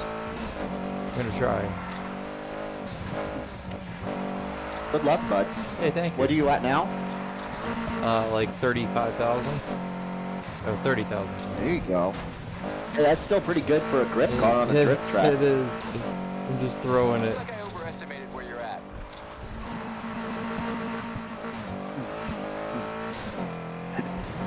And then Charles and my other buddy were sitting here talking. They were like talking about like he was like saying something about a device for like peeing on the go for his dad when his dad was still alive and not doing well for like car events and stuff. That he could have put in. And I literally looked at him like, why? You got two options. You can open the floor drain on the driver's side and put a funnel in and just piss into that and it'll go right out of the car. Or you can just open the floor drain, not do a funnel, just piss on the floor and then wash it out with a couple bottles of water. You can totally do that. It's a Jeep. It's a Jeep. It is a It's Jeep. literally got a built-in floor bathroom. It's like, honestly, like, the funnel in the drain, just pissing into it while you're going 70 down the highway, like, fuck. Who needs to stop at rest areas? No one. Right? Especially when you're alone in the car, who gives a shit? No one cares. People see something draining out of the car, they'll just think you've, like, sprung a leak in, like, your coolant line or something. And you kind of did, just in a more human-based one. I have it. It's right there. No, those you gave me like a long. Oh, those are the old ones. I just found them at Oh. the bottom of my drawer. All right, good. I stole them. All right, good. Now I know where they were. I'm not gonna lie, our exploits on Tark the other night, Those were so fun. They were. I want to do it again. Obviously, maybe tomorrow night, a little earlier, so I can go to bed earlier because I'm leaving early Saturday to head to Barnstead, so I can be there for the event. Oh yeah, that's right. That's Which, right. once again, I'm gonna remind, and I will send a message, probably Saturday night, on Facebook just to remind. But bring a AT-15 of any that you want and some extra mags. Let me try it out. I won't be Please. there this weekend. You're not? Nope. I'll be there the following weekend for MagFed or Faction War I won't be there for that one. because I have a wedding in Pennsylvania this weekend. That's fair. Yeah. Otherwise, I would probably be at the field. 25, 27 or something like that. 25 hours, 27 minutes or something like that. For what? From New York to LA to Gumball, current Yeah. record. Yep. 20. It's not gonna beat that. 5 I think hours. it's And 25, 27. I think. Yeah, and it's in Yeah. a was not a GT40. It's less than half. What was it? It was in a modified AMG C63. That was it. That was it. And it was an older one too. It was like a 2012 C63. Those are And- good years for those though. Huh? That's a good year for that car though. Oh no, it totally was. And the nice thing about this was it already from previous like runs on different events had a extended fuel cell in the trunk, and then they took another fuel cell, put it on the back seat, and then put the electronics in the front and the rear for navigation and jamming and got like the radar pickups and like jammers, detectors and jammers, and then like infrared cameras, long range night infrared cameras, and everything. And then they did it. But the reason was, like, I've watched it many times. I'm pretty versed on it. Basically, the dude wasn't gonna run the gumball again. Yeah. He And decided. he was sitting there during COVID, and he just could not get over how perfect the conditions were. And he was sitting there one night, and he was like talking to his wife, and his wife was the reason he had given up on it, because she didn't want him doing it anymore because of the traffic and how dangerous it was and everything like that. It is a dangerous And he- venture. People and- don't and realize he- that. Right, and it really is, and It and is. people, and so he's explaining to his wife how there's literally no one on the roads, and like if he were to get the world record and be like the long time standing world record, it was now or never, and she actually encouraged him to do the run, and so he took off within like 2 weeks of that conversation, and just absolutely destroyed the record. Yeah. But again, he also says while it is technically the official record, he considers it himself an unofficial record because it was like cheating because there was no traffic. There Yeah. were no cops. There was nothing. Yeah. But the next fastest time is actually an Audi S6 that they debadged and put Ford badges on the front and back, and it looked just like a police interceptor. Huh. And they had somebody chasing them in Nevada, or like leading for them, like scouting for cops, and they flew past them at like 165 miles an hour, okay? And that person immediately called them up and they were like, yo, you got a cop coming your way making for the border like a bat out of hell. And they're like, what? And they're like, yeah, a cop just flew past us, just blew the doors off of us. And they're like, no, that's us. And he's like, no, it was a fucking white Interceptor. And they're like, no, that was us in an Audi. And he was like, wait, what? And they're like, yeah, we're almost to California. Like, we just flew past you. And it's like, that's fucking hilarious. Like, they were flying past cops because cops were thinking they were other cops and just not even caring to look twice. Damn. And the car, like, literally, you look at the car they built, And it and looks at like a a very cruiser. quick glance, it looks just like a police interceptor. That's awesome. It's hilarious. Oh yeah, one of those police interceptors, those actual like the Ford police interceptors that are like that style, those things are quick. Yeah, they're they not are. like the Chargers. Those things will go almost They're 200 miles faster. an hour. Yeah, they're faster than a Charger.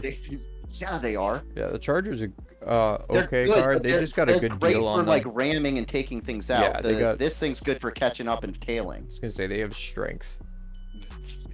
Yeah, exactly. Like the SUVs. The Chargers are like the mini SUVs. They got Pretty the much. strength, but they're not as fast. I mean, they Not might e- keep up with my car, but They've got you know, good. They got the like motor like they a put in Stage those 2 is pretty S4, good. they're not going to keep up with. Put like a 5.8, 5.7. So I'm not going to lie. Yeah. I've seen some of these police SUVs and Chargers destroy things on drag tracks.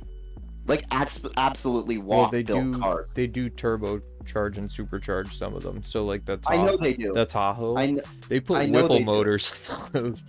Like Yeah, I know. Whipple But like motor is no like, joke. That's some of very them high is output. absolutely nuts. They like you're not getting away from some of these.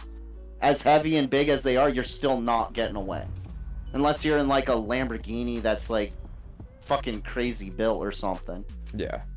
I mean, in which case you're gonna get away from pretty I was much gonna say anything, you can but outrun a lot of stuff with that. if you're on like a fully built Yamaha R1, Oh, good yeah. luck keeping up, kind of thing. But I mean, my car, my buddy's car, even at stage 2 for his S4, my buddy's B8.5 S4. Yeah. Yeah, Google says 42 hours. Yeah, bullshit. If you don't want to stop at all, basically, you want to stop twice to refuel your fuel cells. You want to do Yeah, those an guys average of don't 105 the stop. whole entire way, and then have the top speed being 198. Then yeah, you're gonna do it in 25 hours and 27 minutes, Which is crazy. which is absolutely It's still it's absurd. crazy. Like That's I crazy, just, sorry. I mean, for years I've dreamt of doing the cannonball run. I have dreamt of doing it. I mean, obviously my car wouldn't set a very good time. I mean, it'd be fun in my car, but it wouldn't do any sort of time. But I would love to build a car to try to beat it. And you know, it'd be nuts. As much as I hate them, this would be a real challenge and maybe make me like them. Build an EV Ooh. for the rally.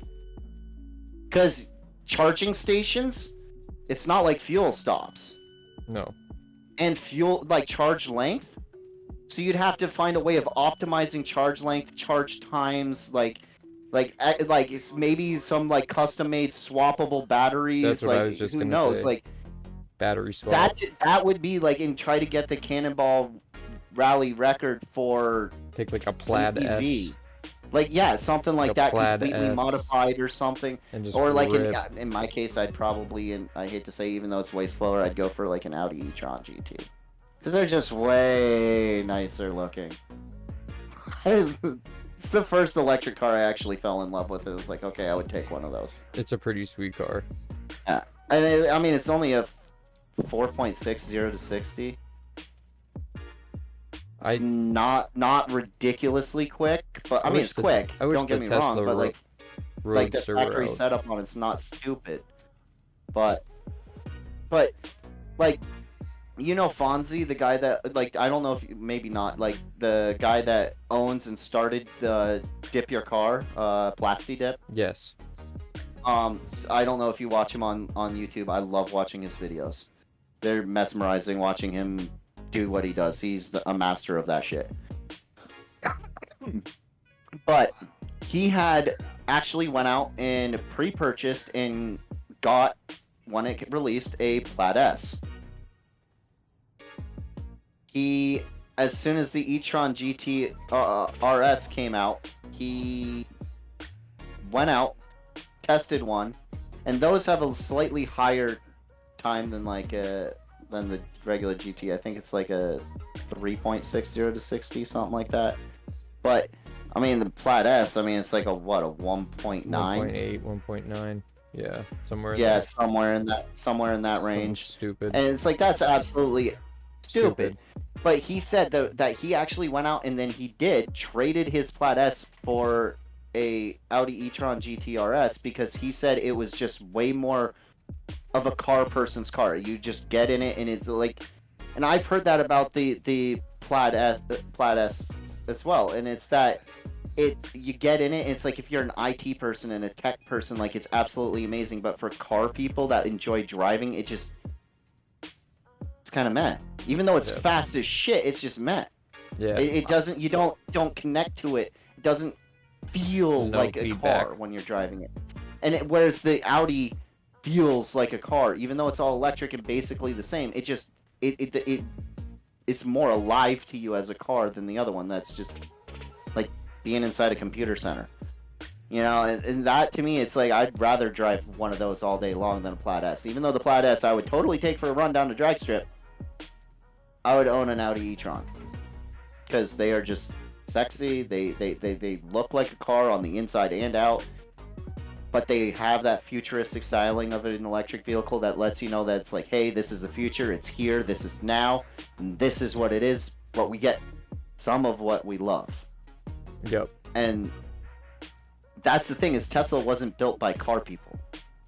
No, it was not. And that's my thing with them, is like, some of them look okay, but they look kind of funky and weird, and like something I'd see as a computer component inside my desktop, not, or like some of them look like what I'd expect like a weird funky $10 Chinese semi-cyberpunk mouse to look like.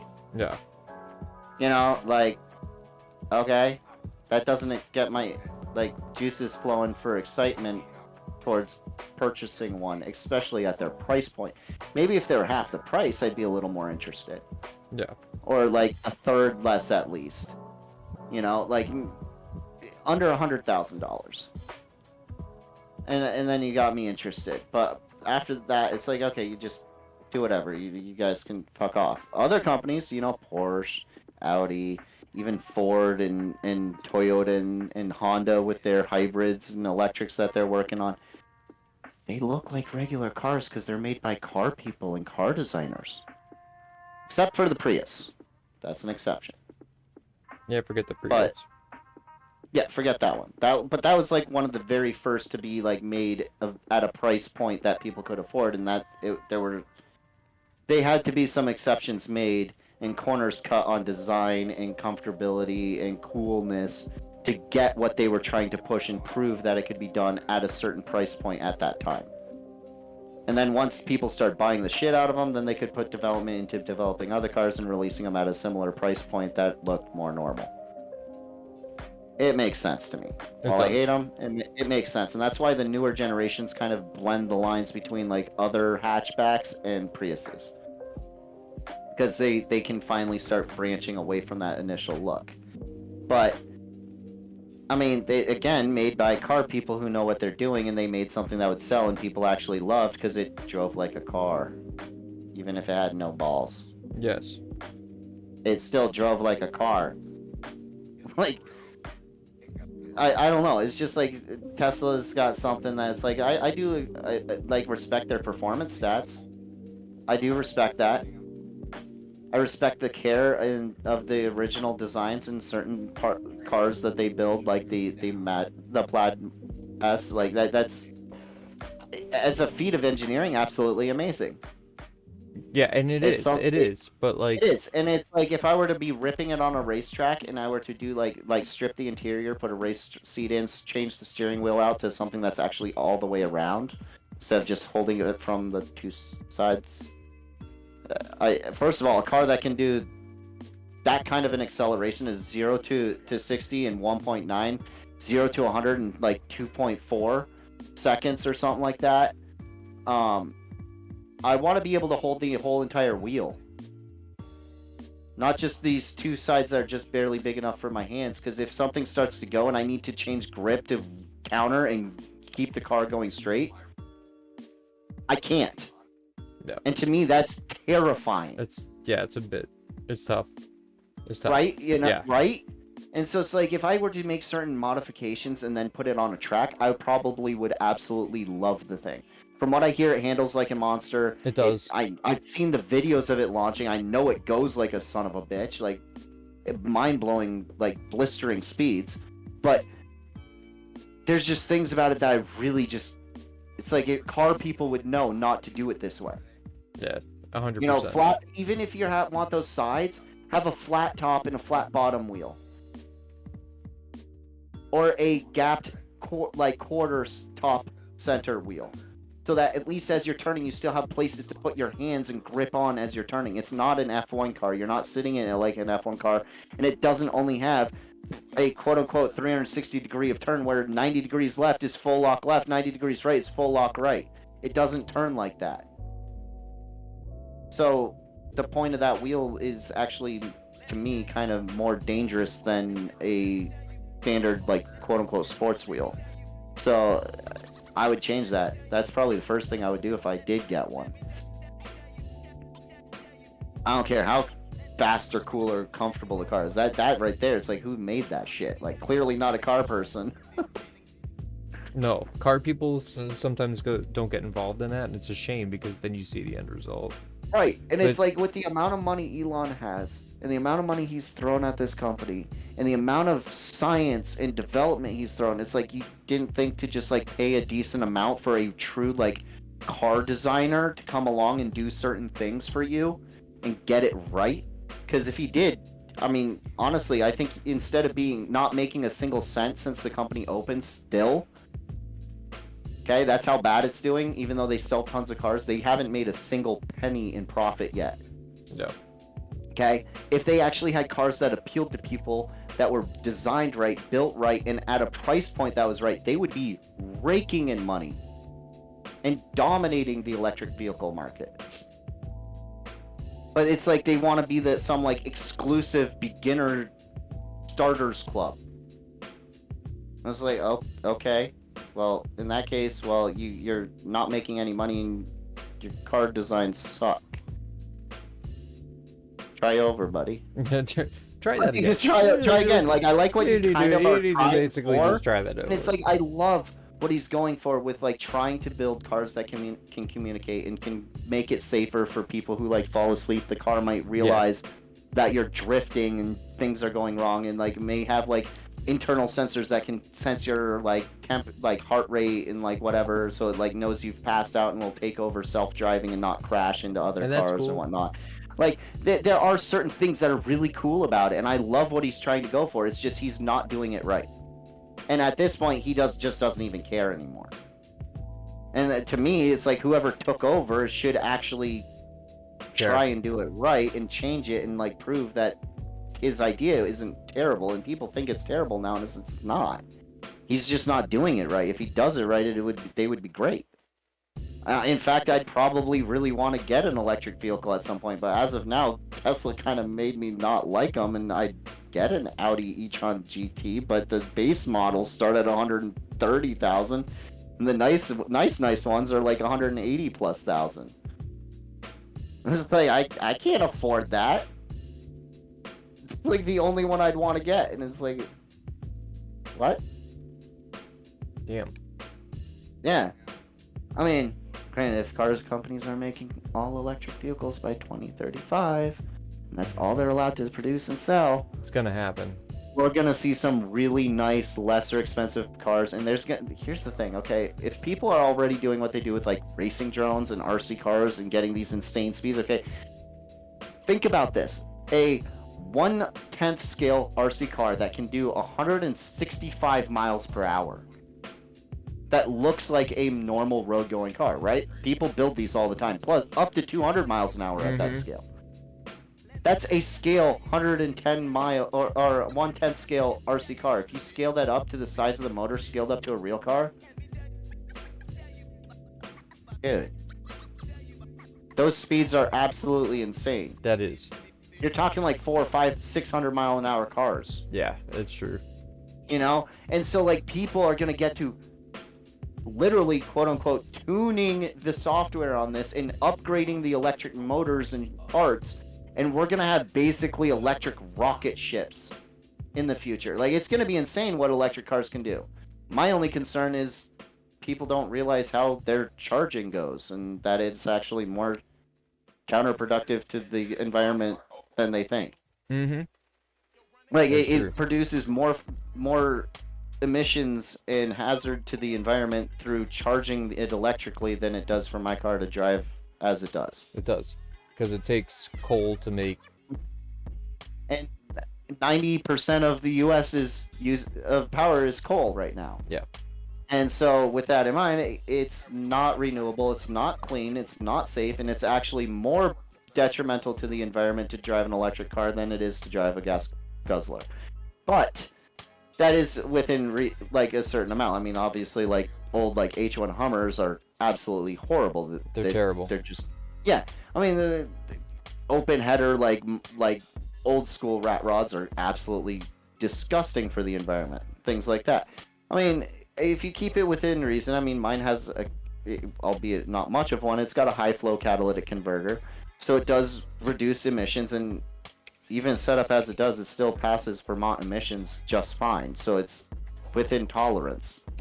which is great. Yeah, at a stage 2